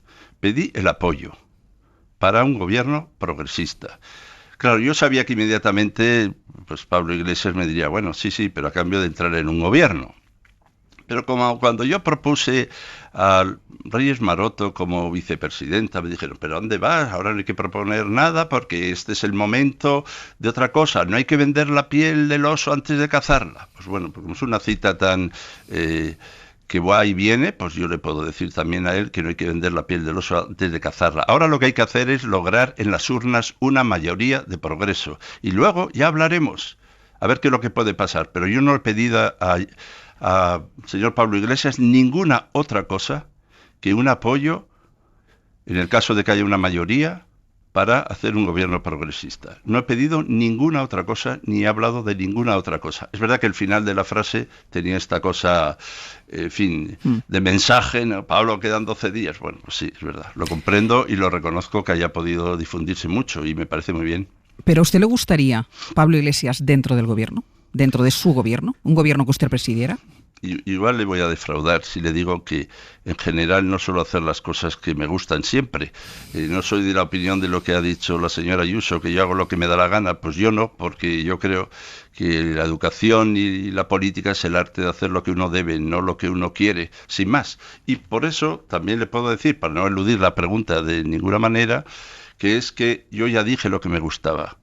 Y a mí me gusta un gobierno progresista, centrado, no he dicho centrista, centrado, sin extremismos y que tenga las manos abiertas en una dirección y a otra para poder incorporar a una mayoría, que está en todos los sitios, cuidado, que está en todos los votantes, que está en votantes que han votado, dicen algunos, que usted se fija en los que han votado a Ciudadanos. No, me fijo en todos, en los que han votado al Partido Popular, en los que han votado a Unidas Podemos, a Izquierda Unida, a Madrid en Pie y al PSOE, a quien llamo a votar claramente y contundentemente para que podamos liderar ese gobierno progresista, porque por cierto, aquí yo no me presento a líder de la oposición, yo me presento a presidente, y no sé cuántos nos presentamos a eso, supongo que todos, todas, pero aquí hay algo que dirimir, es quién va a liderar la recuperación de Madrid, y yo me propongo para eso.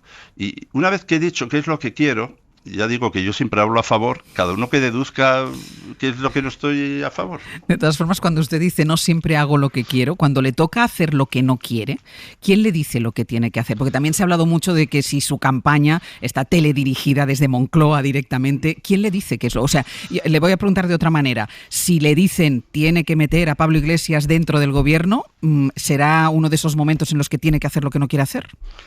Pero es que la frase contraria a ya no hago siempre lo que quiero no es yo hago lo que no quiero. Yo lo que no quiero no lo hago. No lo hago. He dicho que lo contrario a no hago lo que quiero es yo hago lo que debo. Y lo que se señala con esto es que yo lo que no quiero no lo hago. Es más, quien me conoce, soy muy pertinaz, muy insistente y muy resistente cuando me proponen algo que yo no veo que haya de hacerse. Y por eso a mí no me teledirige nadie. Y no es que sea una persona extraordinaria, soy una persona, como todos nosotros. A ustedes tampoco les teledirige nadie.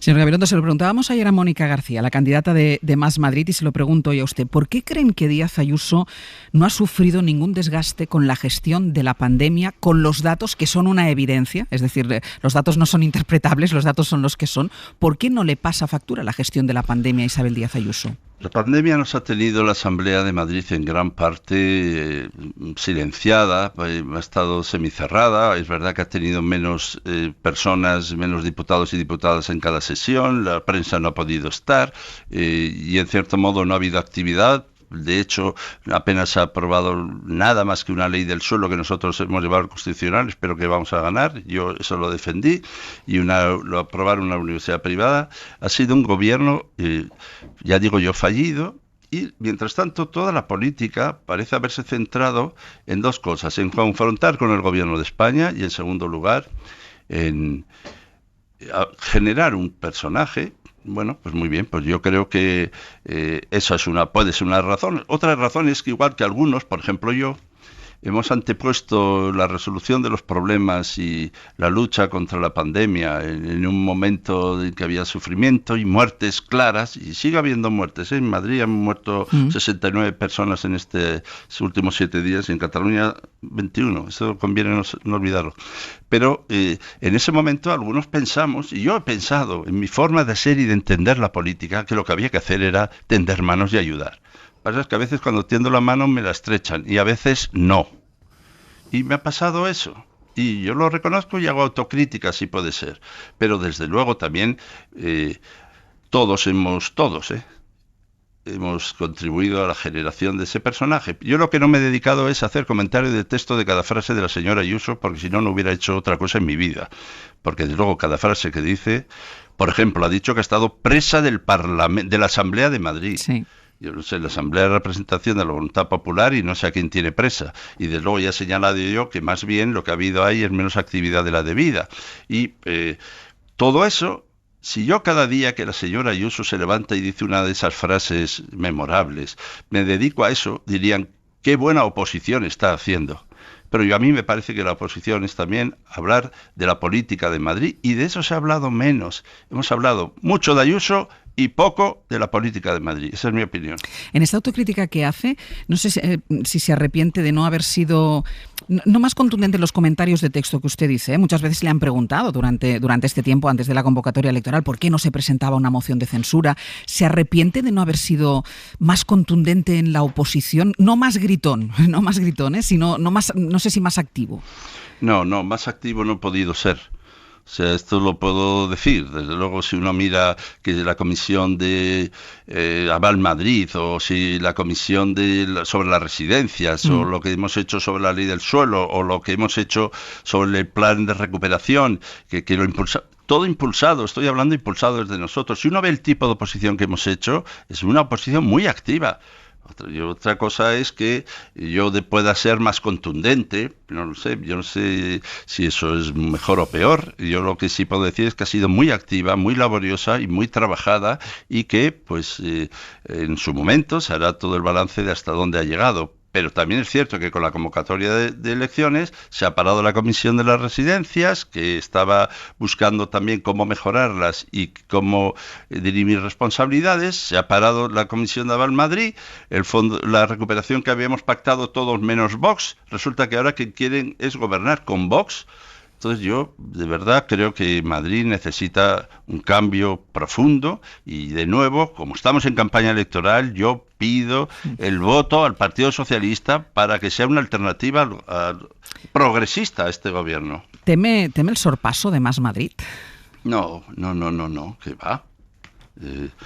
Primero, yo creo que no se produce eso, también lo puedo decir. Nosotros los datos que tenemos son datos de que la mayoría de Progreso y la mayoría conservadora están muy próximas. Estamos a 50.000 votos como mucho unos de otros. En Madrid siempre se dirime todo con 1 o 2 escaños. No nos hagamos otras fantasías. Hay miles de personas aún que no saben qué van a votar, indecisos. A mí me preocupa más que sea un día laborable, también me parece tremendo que sea un día laborable, me parece tremendo. Yo también me dirijo a quienes, no son seres cualquiera, ¿no? Que están trabajando diariamente y que tienen que ir a votar antes de ir al trabajo, tienen 4 horas para hacerlo, al mediodía o a la noche. Es tremendo, pero hay miles de votos de personas que tendrán que elegir si lo que quieren es seguir con este gobierno de Ayuso escorado a Vox, o si quieren una alternativa progresista. Y luego, democracia, que las urnas decidan. ¿Para usted qué es vivir a la madrileña? Pues una expresión que me recuerda a otras cosas que no son el vivir, eso de a la madrileña. Y lo que sí puedo decir es que en el estatuto de Madrid, cuando se habla de Madrid, se habla de las peculiaridades de Madrid. Es una cosa muy interesante cuando se constituye la comunidad, de las peculiaridades de Madrid. Su singularidad son sus peculiaridades, pero no un aspecto identitario. Y por tanto, a mí me parece muy importante. Algunos dirán, ¿qué limitación? Una comunidad que no tiene una defensa de lo identitario de Madrid, de la identidad de Madrid. Y yo digo, ¿y si fuera una riqueza de esta comunidad tolerante, abierta, culturalmente, que está dispuesta a recibir y a hacernos ciudadanos de esta comunidad? Y si fuera eso una cualidad, pues entonces yo no quiero defender la identidad de Madrid, entendámonos. Yo quiero defender a Madrid de la cultura, de la ciencia, de la investigación, de la tolerancia y de la creación. Y eso no es a la madrileña, eso es Madrid. Ángel Gabilondo, muchísimas gracias por haber estado con nosotros y muchísima suerte. Muchísimas gracias, Ángel. Gracias a todos.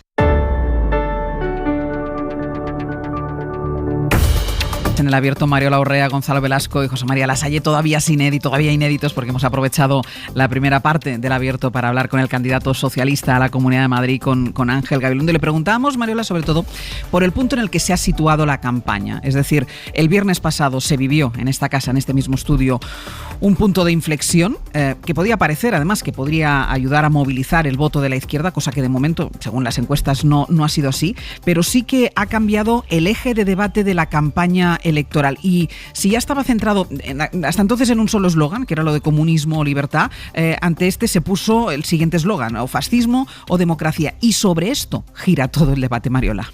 Sí, es verdad que lo que vivimos hace prácticamente una semana en esta casa precisamente no fue un ejemplo muy decoroso de lo que debe ser una campaña electoral, de lo que debe constituir el eje vertebrador de un debate electoral que permita un poco a los ciudadanos hacerse una idea clara de cuáles son las propuestas que están en liza y de cómo va a orientar el futuro gobierno regional su acción de gobierno, porque es que de eso va una campaña electoral, en este caso elegir a quienes van a tener, por cierto, competencias muy amplias para ordenar la vida de los ciudadanos.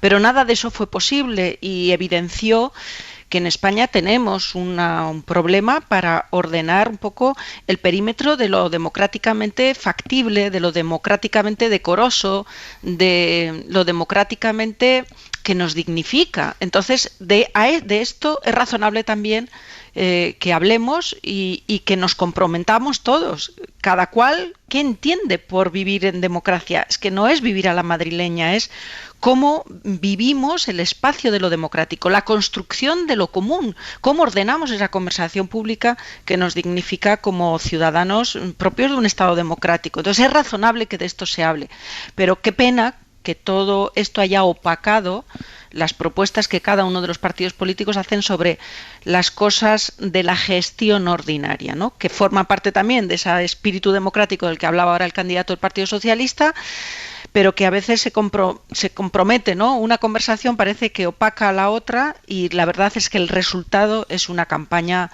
yo creo que muy poco edificante. ¿Qué te parece a ti, Lasalle, el punto en el que se ha situado, que empezó a situarse el viernes pasado la campaña electoral?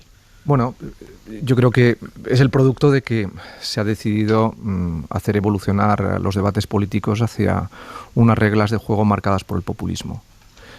Yo creo que decía John Dewey que la democracia era una conversación. La conversación se ha roto hace mucho tiempo, es el ruido el que está marcando claramente los debates. Estamos instalados en un marco de percepciones y esas percepciones están agitadas desde diseños estratégicos que lo que buscan es fundamentalmente la crispación, la activación del odio, planteamientos que no son evidentemente apuestas por la razón y que tratan de establecer lo que en Estados Unidos se ha planteado al reflexionar sobre la derecha alternativa norteamericana, que es como una especie de venganza contra la razón y un retorno a la pertenencia.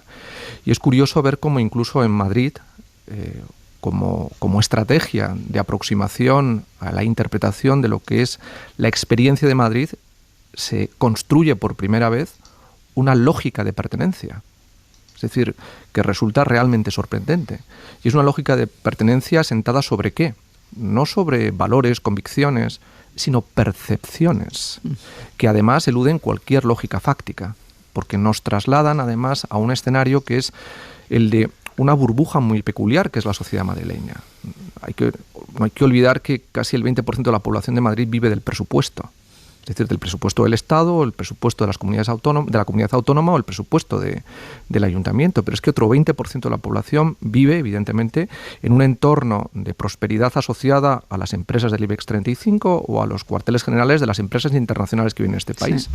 Y el otro 60% son autónomos y servicios vinculados a los primeros. Es decir, esa burbuja económica que vive Madrid, que ha permitido que casi un 40% de la población mantenga su nivel de renta, e incluso, producto precisamente de los confinamientos, incremente el embalsamiento de ahorro, ha hecho que una parte muy importante de la sociedad de Madrid quiera asomarse a la percepción que ha transmitido desde el Gobierno de Madrid la idea de vivir a la madrileña.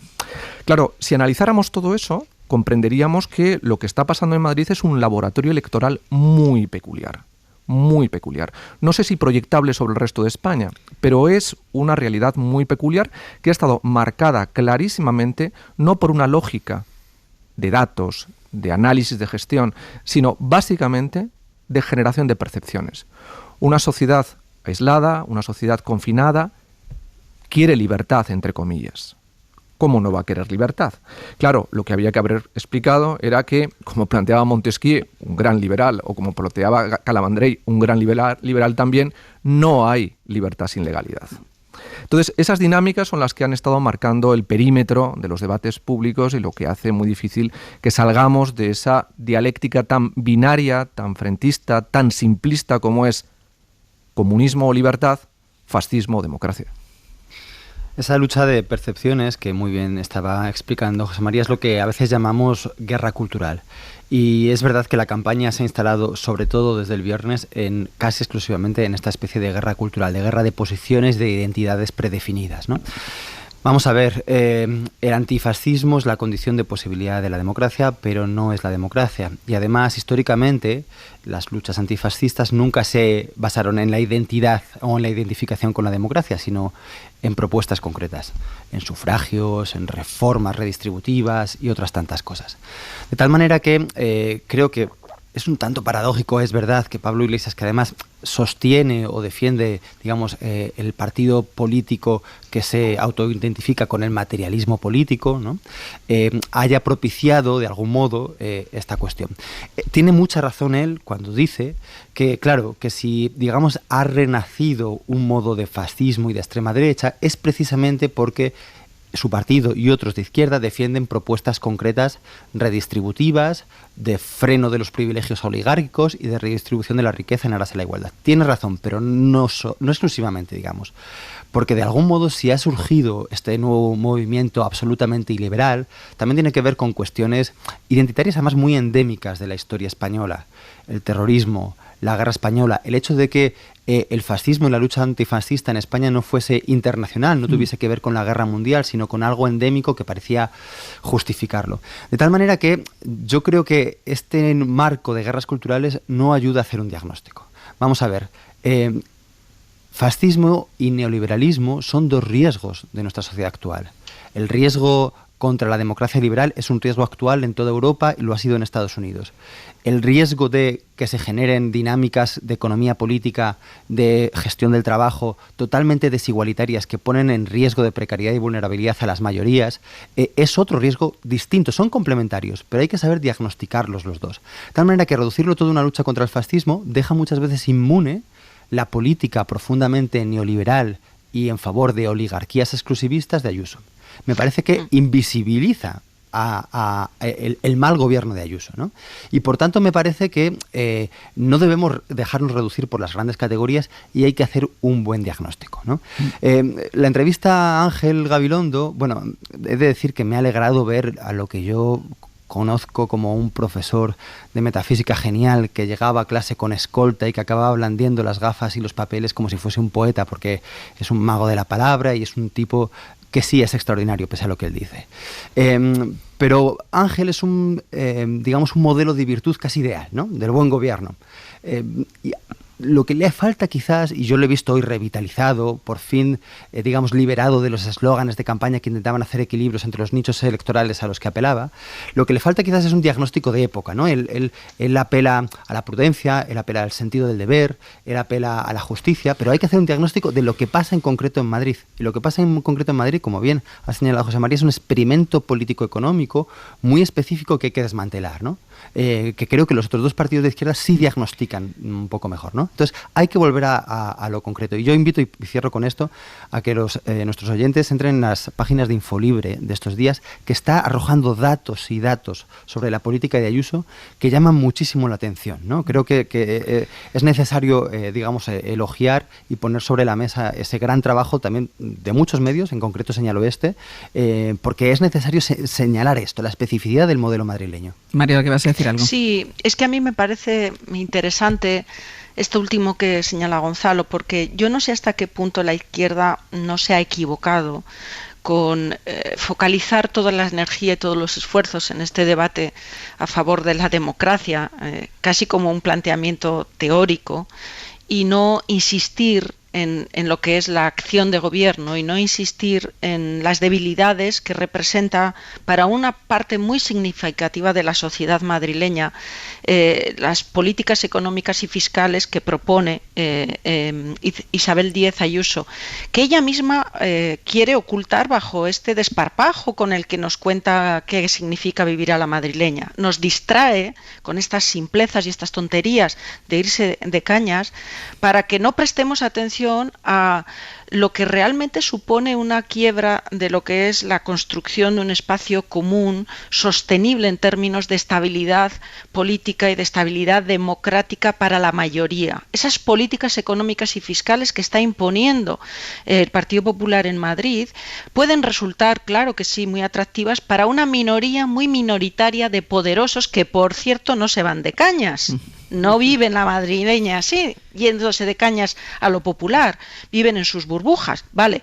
Este modelo es lo que realmente compromete la democracia, la estabilidad de las sociedades, porque las sociedades solo son estables políticamente hablando si son cohesionadas. Y la desigualdad que hay en Madrid es bochornosa. La desigualdad en Madrid debería movernos de nuestras sillas, y de esto no se habla, pero de esto sí tiene un discurso muy bien articulado la izquierda. ¿Por qué no hemos oído más hablar más de esto y no quizá de esta parte más teórica de lo que es la democracia? Enseguida vamos a ampliar los datos de la EPA y otras cuestiones que tienen mucho que ver con la economía, pero José María dejaba en el aire esa pregunta. Mario decía, ¿no? ¿Por qué la izquierda no hace más incidencia en cuestiones como, por ejemplo, la brutal desigualdad que hay en Madrid, por ejemplo? Bueno, es que el debate es la desigualdad, pero no solamente es en Madrid, es en todas las sociedades occidentales, ¿no? Claro. Es decir, Rebecca Henderson publicó ya el año pasado un libro que es Reimaginar el capitalismo, donde se está planteando, y es un debate que está en la prensa, en los editoriales norteamericanos, no solamente en el New York Times, sino en el Wall Street Journal, está en el Washington Post. Es decir, una reflexión sobre cómo reconstruir éticamente la economía de mercado y, sobre todo, después del impacto vivido por la crisis asociada al coronavirus, y sobre todo cómo darle un propósito ético. Es decir, todo el mundo está pensando cuáles son los propósitos y el sentido que empresarialmente se quiere dar a la experiencia que se ha vivido, que son experiencias que tienen que ver con la desigualdad. Y esos debates que están marcando la redefinición de los planteamientos del capitalismo a nivel global, que es hacer ajuste de cuentas con el neoliberalismo, no han llegado a España. Y curiosamente escuchamos argumentos políticos en campaña que son abiertamente defensores de una visión libertaria, neoliberal, de la libertad. Y que rompe la idea de bien común, Claro, y que que rompen la idea de comunidad ética. Eso, que es todavía, bueno, porque el bien común, es decir, a mí me ha gustado, una de las cosas que he apreciado de la entrevista de Ángel Gabilondo es precisamente cómo se ha reivindicado como un kantiano, Gonzalo. Es decir, qué bien todavía escuchar a gente que es capaz de invocar de alguna manera, de forma indirecta, no explícita, pero ha estado mencionando a Kant. Es decir, cómo el deber es un factor de construcción de comunidad y que es absolutamente necesario, sobre todo en momentos en los que la desigualdad, la tensión, la ansiedad, el odio, la salud mental. Es que un poco está reflejando el estado de opinión de la sociedad, lo que los propios políticos han estado esgrimiendo durante esta campaña, que es una enorme ansiedad cotidiana, producto probablemente de la ansiedad, del cerco emocional que nos ha generado y nos genera la pandemia. En fin, yo creo que efectivamente la desigualdad es el tema. Es curioso que todo el mundo hasta en Davos se ha estado planteando esta cuestión sobre qué propósito debe tener el nuevo capitalismo que reimagine la economía de mercado en el siglo XXI, marcado profundamente por la desigualdad. La nueva estrategia económica que está diseñando el gobierno Biden, que se ha estado planteando, por ejemplo, en temas de fiscalidad, atacando directamente los grandes nichos de riqueza que alrededor de las corporaciones tecnológicas o los grandes millonarios que ha generado el mundo de la plataformización de la economía en Estados Unidos van a ser destinatarios de esas acciones impositivas que además están encontrando consensos incluso dentro del Partido Republicano. Y aquí estamos con otro debate. Sí. En fin, Ahora, después iremos a eso, porque después iremos a lo que ha contado Joe Biden, que uno de los anuncios que ha llamado la atención, y que ya lo había dicho, ha sido esa subida, que paguen lo justo, ha dicho, que paguen las grandes empresas y los más ricos.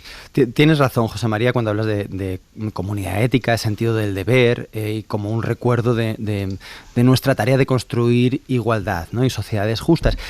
Solo un matiz, y es que, claro, hay que contextualizar que vivimos en sociedades marcadas por algo así como un tipo de capitalismo que genera unas expectativas, unas ansias, unos deseos que muchas veces son contrarias a la idea del deber como autoconstricción, como sacrificio para generar esa igualdad, ¿no? Y de algún modo la derecha ha sabido utilizar muy bien esa construcción del deseo en nuestras subjetividades, ¿no? Bien, yo creo que lo que hay que explicar y que lo que la izquierda tiene que saber explicar es que este modo de redistribución, que este ideal de gestión no solamente implica el sacrificio de algunos para que todos vivamos un poquito mejor, sino que implica que todos vivamos mejor, que todos podamos aspirar a la vida que deseamos, que se pueda generar una comunidad en la que todos podemos construir nuestra idea de la vida buena, ¿no? Y esto creo que es la clave, ¿no? Porque por eso es verdad que a veces los datos son tan evidentes, porque no solamente es una cuestión de desigualdad, es una cuestión incluso de eficacia, ¿no? Porque los índices dicen no solamente que la Comunidad de Madrid es la que menos invierte en alumno, la que menos invierte en atención primaria, la que menos invierte en camas hospitalarias y otra serie de datos que tienen que ver con los servicios sociales fundamentales, sino que pese a que tengamos el mayor PIB per cápita, luego no somos la comunidad que más invierte en I+D+I o que más avanza a nivel de progreso en cuestiones de macroeconomía, ¿no? De tal manera que es que somos encima ineficaces en la Comunidad de Madrid. Sí. Entonces yo creo, perdona Marielo, para terminar, que hay que entender bien que en campaña electoral no solo podemos evaluar las cuestiones en función de quién tiene razón, sino también de, a qué electorado se está apelando y si se está siendo eficaz a la hora de apelar a los electorados, ¿no? Y claro, vivimos en un contexto electoral, en un contexto demográfico en el que la derecha está absolutamente movilizada y absolutamente convencida. De tal manera que no se trata de convencer a la gente que va a votar a la derecha de, oye, estás cometiendo una barbaridad, estás yendo contra tus propios intereses, sino que se trata quizás ya de movilizar al electorado que duda o al electorado que es de izquierdas. Lo que tenemos que preguntarnos es si se está siendo eficaz en este último aspecto. Mariola. Sí, muy breve. Yo es que honestamente creo que la ultraderecha no tiene capacidad para poner en jaque a nuestra democracia.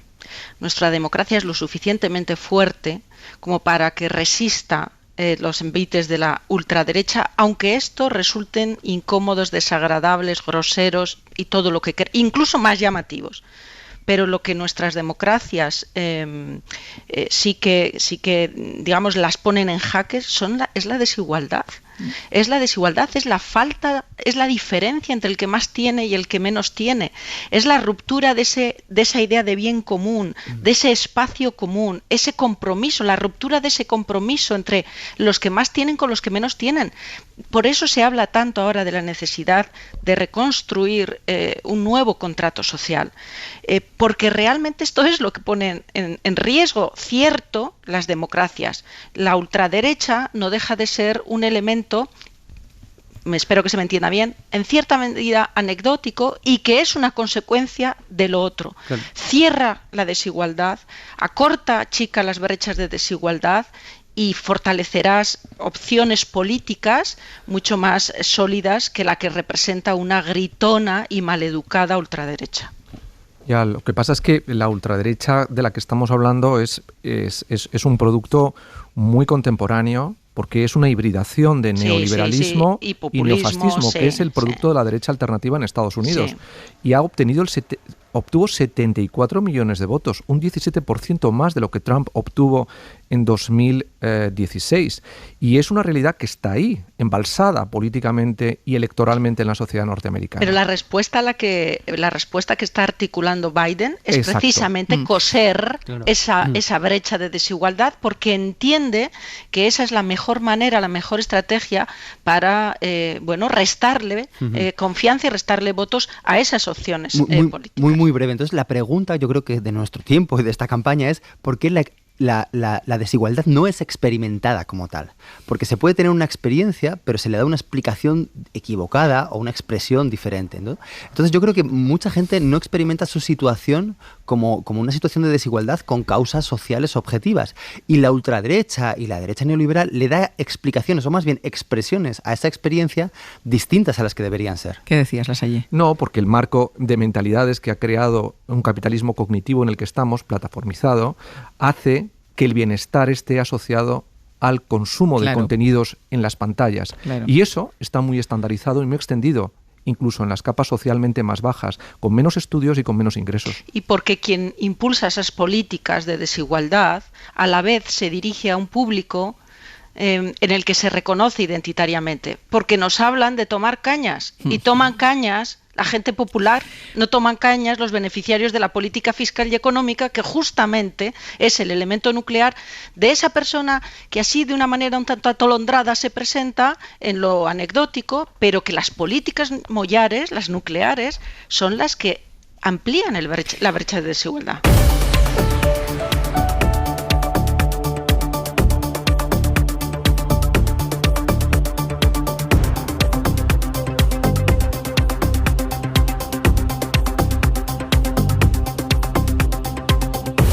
Y 38 minutos de la mañana, 8:38 en Canarias en el abierto. Mario Laurrea, Gonzalo Velasco y José María Lasalle. Joe Biden cumple 100 días como presidente de los Estados Unidos y ha querido marcar esa fecha simbólica con su primer gran discurso ante el Congreso. America is on the move again.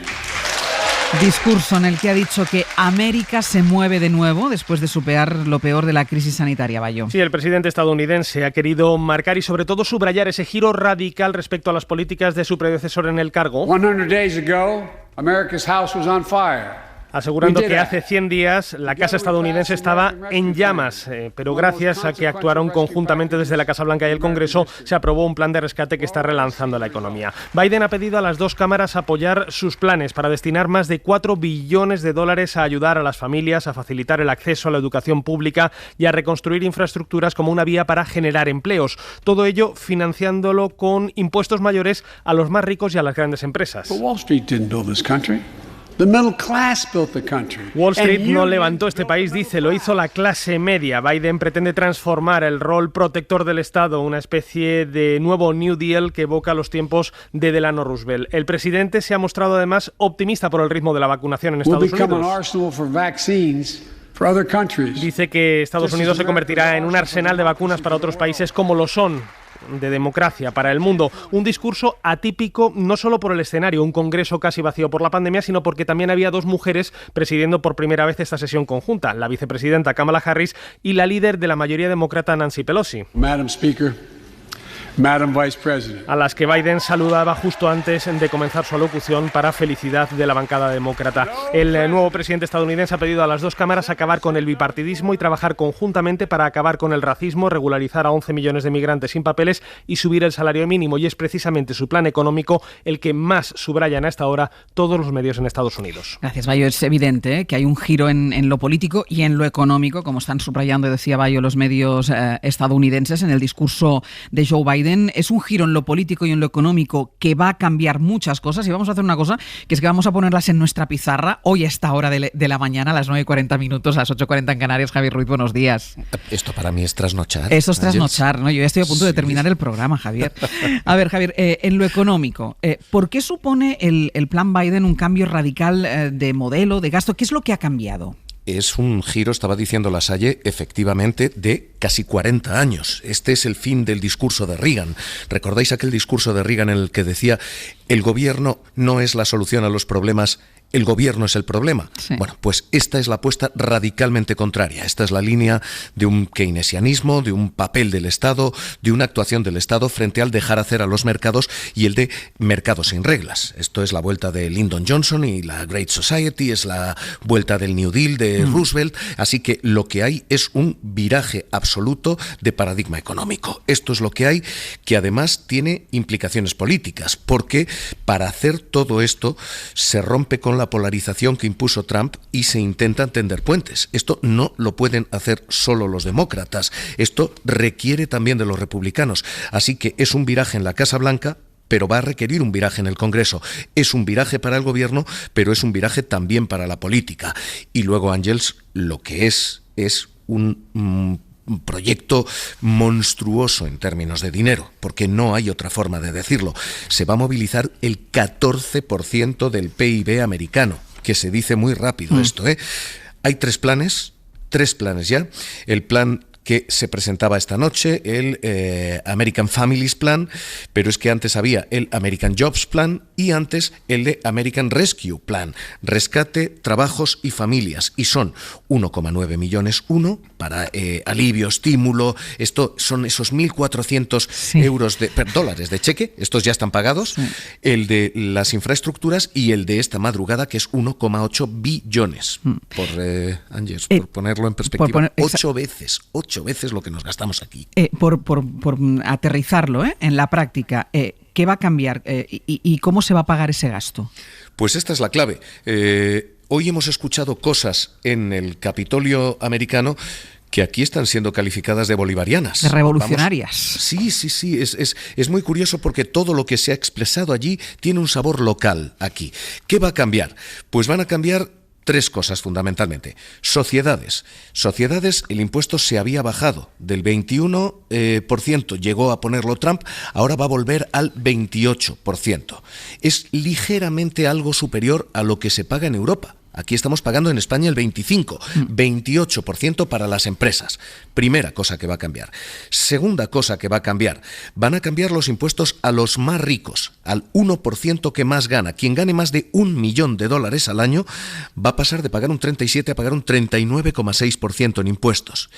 Y tercera cuestión que parece sagrada aquí. Sucesiones, cambia sucesiones. Sucesiones allí cuando tú heredas, por ejemplo, acciones, esas acciones quedan libres de impuestos, esas herencias quedan libres de impuestos, están bonificadas al 100%. ¿Os recuerda a alguna comunidad autónoma que esté en campaña electoral? Algo nos suena. Bueno, pues esto a partir de ahora se va a tasar. Así que cambia sucesiones, cambia el impuesto a los más ricos y cambian sociedades. Y hay una cosa que cambia además y es la agencia tributaria de allí, el IRS, el Internal Revenue Service. Bueno, pues la agencia tributaria va a multiplicar sus efectivos porque la conclusión es hemos debilitado la inspección y por eso tenemos agujeros en nuestra recaudación. Insisto, todo esto me suena que lo hemos escuchado en alguna parte. A esto tan revolucionario, tan bolivariano que ha dicho Joe Biden en el Congreso de Estados Unidos, hay que sumar la reivindicación que ha hecho Javier del papel de los sindicatos como creadores de la clase media norteamericana frente a Wall Street. Ha dicho literalmente, lo decía Bayo y lo escuchábamos, Wall Street no construyó este país, lo ha querido dejar bien claro Joe Biden. En esa tensión entre la Casa Blanca y los mercados, ¿cómo han reaccionado los mercados ante estas palabras? Pues lo más sorprendente de todo es que los mercados están aplaudiendo esto. Hay quien suele jugar el libertad de mercado con rentabilidad de mercado y no siempre es lo mismo. De hecho, si uno evalúa los 100 primeros días de Donald Trump, en aquel momento subió la bolsa y subió mucho, subió un 10,6%. Aquellos 100 primeros días han sido duplicados por los 100 primeros días de Biden. Con Biden han subido un 22% la bolsa. Wall Street está subiendo el doble con Biden que con Trump. Y está subiendo, entre otras cosas, por la mejor gestión de vacunas, por la mejor gestión de la recuperación económica, pero insisto, Trump 10,6%, Biden 22%. No está mal. Javier, muchísimas gracias. Hasta luego. Hasta luego. Estados Unidos va en bólido con este acelerón de Joe Biden, con todas estas medidas que ahora analizaremos. Claro, esto contrasta un poco con la lentitud en la recuperación en Europa. Ayer ese plan de recuperación, ese dinero que tiene que llegar de Europa a los diferentes países y que no acaba de llegar. Ayer vimos una fotografía conjunta, era un mensaje conjunto lanzado por cada uno de ellos, de los ministros de Economía de Francia, de Alemania, de Italia, de España, que decían: Europa, Bruselas, dese prisa en darnos ese dinero que necesitamos para la recuperación. Y Bruselas, Griselda Pastor, buenos días. Hola, muy buenos días. Hay malestar en la Comisión con Francia, con Alemania, por la presión de estos países, ¿no?, junto con Italia y con España, para que esos fondos lleguen lo antes posible. Bueno, lo que no ha gustado aquí es que se dé a entender que la Comisión puede ser responsable de un retraso que inicialmente está muy vinculado a los gobiernos, porque sabéis que los gobiernos han de aprobar por unanimidad en los Estados miembros y cada uno según su legislación el aumento de recursos. Eso es imprescindible para que la Comisión vaya al mercado, pueda emitir deuda y obtener el dinero para el plan, y esto aún no ha pasado.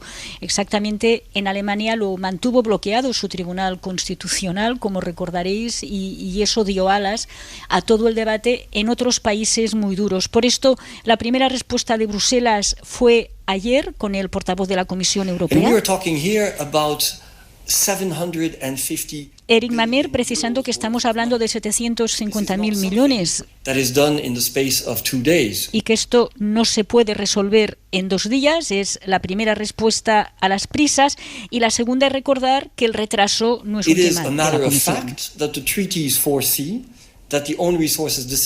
Es un hecho de que los tratados precisan que las decisiones sobre recursos propios se adoptan por voluntad de todos los gobiernos, y esto aún no ha pasado. Por esto urgimos a todos que se den prisa en dar su aprobado. Son las declaraciones, dejan muy claro que no están para recibir empujones, que no quieren pasar a la historia como los malos de esta película, y que lo que le dicen, especialmente a Alemania y a Francia, que ayer visualizaron estas prisas con España e Italia, pero que ya el día anterior habían comparecido solos para decir más o menos lo mismo, que lo que han de hacer es hablar con los gobiernos más reacios para poner allí prisas en estas capitales. Sabéis que son 2 tipos de problemas. Por un lado están el de Austria, el de Finlandia o el de Holanda, donde no están claras las mayorías en el Parlamento, y otra vez se ha vuelto a abrir el debate sobre si es correcto el dinero, si los controles son buenos, exactamente si hay que subvencionar al sur. Bueno, el debate un poco de siempre,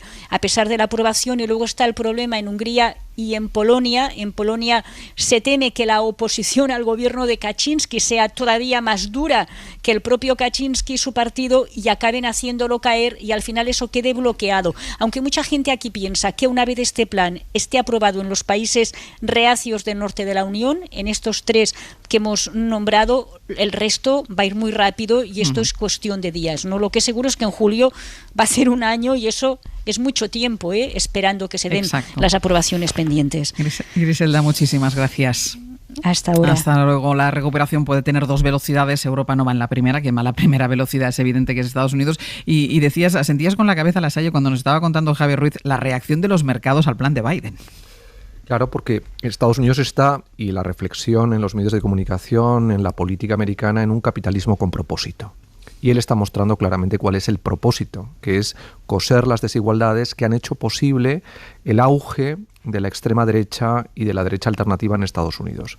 Entonces, el propósito es ese, es devolver a Estados Unidos la esperanza en un liberalismo social, en un ordoliberalismo, que fue la política que impulsó Roosevelt con el New Deal, un intento de retomar las bases comunitarias del liberalismo que originalmente se fundó con la Constitución norteamericana, y que hizo posible, curiosamente, en boca de alguien como Isaiah Berlin, un liberal europeo, que decía que en la oscuridad terrible de los años 30, la única esperanza que proyectaba el mundo era la del New Deal para los liberales. Y yo creo que eso es realmente lo que en estos momentos se está produciendo en Estados Unidos, una recuperación de un discurso que confía en el individuo, pero en un individuo que evidentemente tiene compromisos éticos con los que forman parte de la comunidad de la que él también es parte, que el Homo economicus como sujeto protagonista del mercado ya no puede ser el sujeto protagonista de una sociedad que trata de afrontar los retos del siglo XXI, que son retos muy complejos.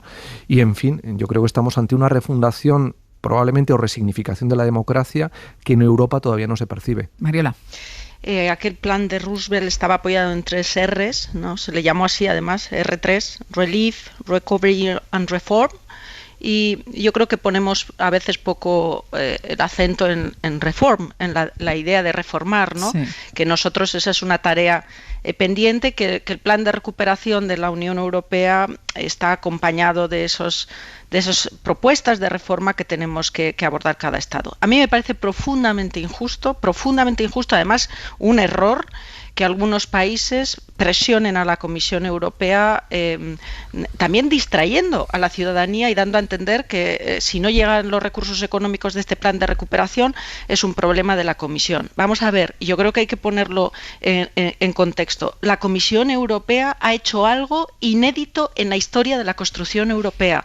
La Comisión Europea ha mutado el proceso de construcción europea, generando empréstitos, porque eso es lo que va a hacer. La Comisión Europea va a ir por primera vez en la historia de Europa a los mercados a pedir prestados 750.000 millones de euros para prestarlo o entregarlo a los Estados. Y es labor de los Estados ratificar este proceso, y todavía no lo han hecho. Sí, pero. No, ni pero ni conque, diría yo. Ni pero ni conque, Gonzalo. Yo sí pondría un pero, porque en cada uno de los condicionantes que la Comisión Europea sigue poniendo a la hora de dar ese dinero que se genera a través del endeudamiento, esos condicionantes lo que hacen es mantenerse en el modelo que Biden está abandonando, que es el de la gran moderación, el de que esto es una coyuntura excepcional, pero que en realidad la recta vía es la de la restricción fiscal y la de la reducción de políticas sociales, ¿no? Yo creo que eso realmente no es así. Y ahora mismo Gonzalo, Biden yo creo que realmente está siendo un modelo, ¿no? Que nos está sorprendiendo a todos, ¿no? Parece que se va a quitar la máscara como en Misión Imposible y va a aparecer Bernie Sanders debajo, ¿no? Yo creo que, claro, en un momento de transición productiva, de automatización creciente del mundo de trabajo, que sea el Estado el que reabsorba esa mano de obra es absolutamente esencial. Y es esencial además en el caso de Estados Unidos, y podría importarse a Europa, para la reconstrucción material, pero también ideológica de las clases medias. No está galvanizando el que pedís la palabra muy breve. No, es curioso, más que la careta, cuando se la ha quitado, lo que ha parecido es Obama. El otro lo decía el New York Times. Es decir, está haciendo lo que Obama no pudo hacer por el miedo al supremacismo. Y este es un dato. En cualquier caso, lo que están mostrando alemanes y franceses es la ansiedad electoral ante unos comicios en Alemania en el otoño y en Francia en la próxima primavera. Los ponen en cuestión, claro. Y en Francia con una intención de voto de la extrema derecha alrededor de Le Pen del 48% en intención directa. Mariola Urrea, Gonzalo Velasco, José María Lasalle, hasta la semana que viene. Un abrazo. Un beso. Hasta luego. Suscríbete a Hoy por Hoy. Todos los episodios y contenidos adicionales en la app de Cadena SER y en nuestros canales de Apple Podcast, Spotify, iVoox, Google Podcast y YouTube. Escúchanos en directo en la SER de lunes a viernes a las 6 de la mañana. Cadena SER. La radio.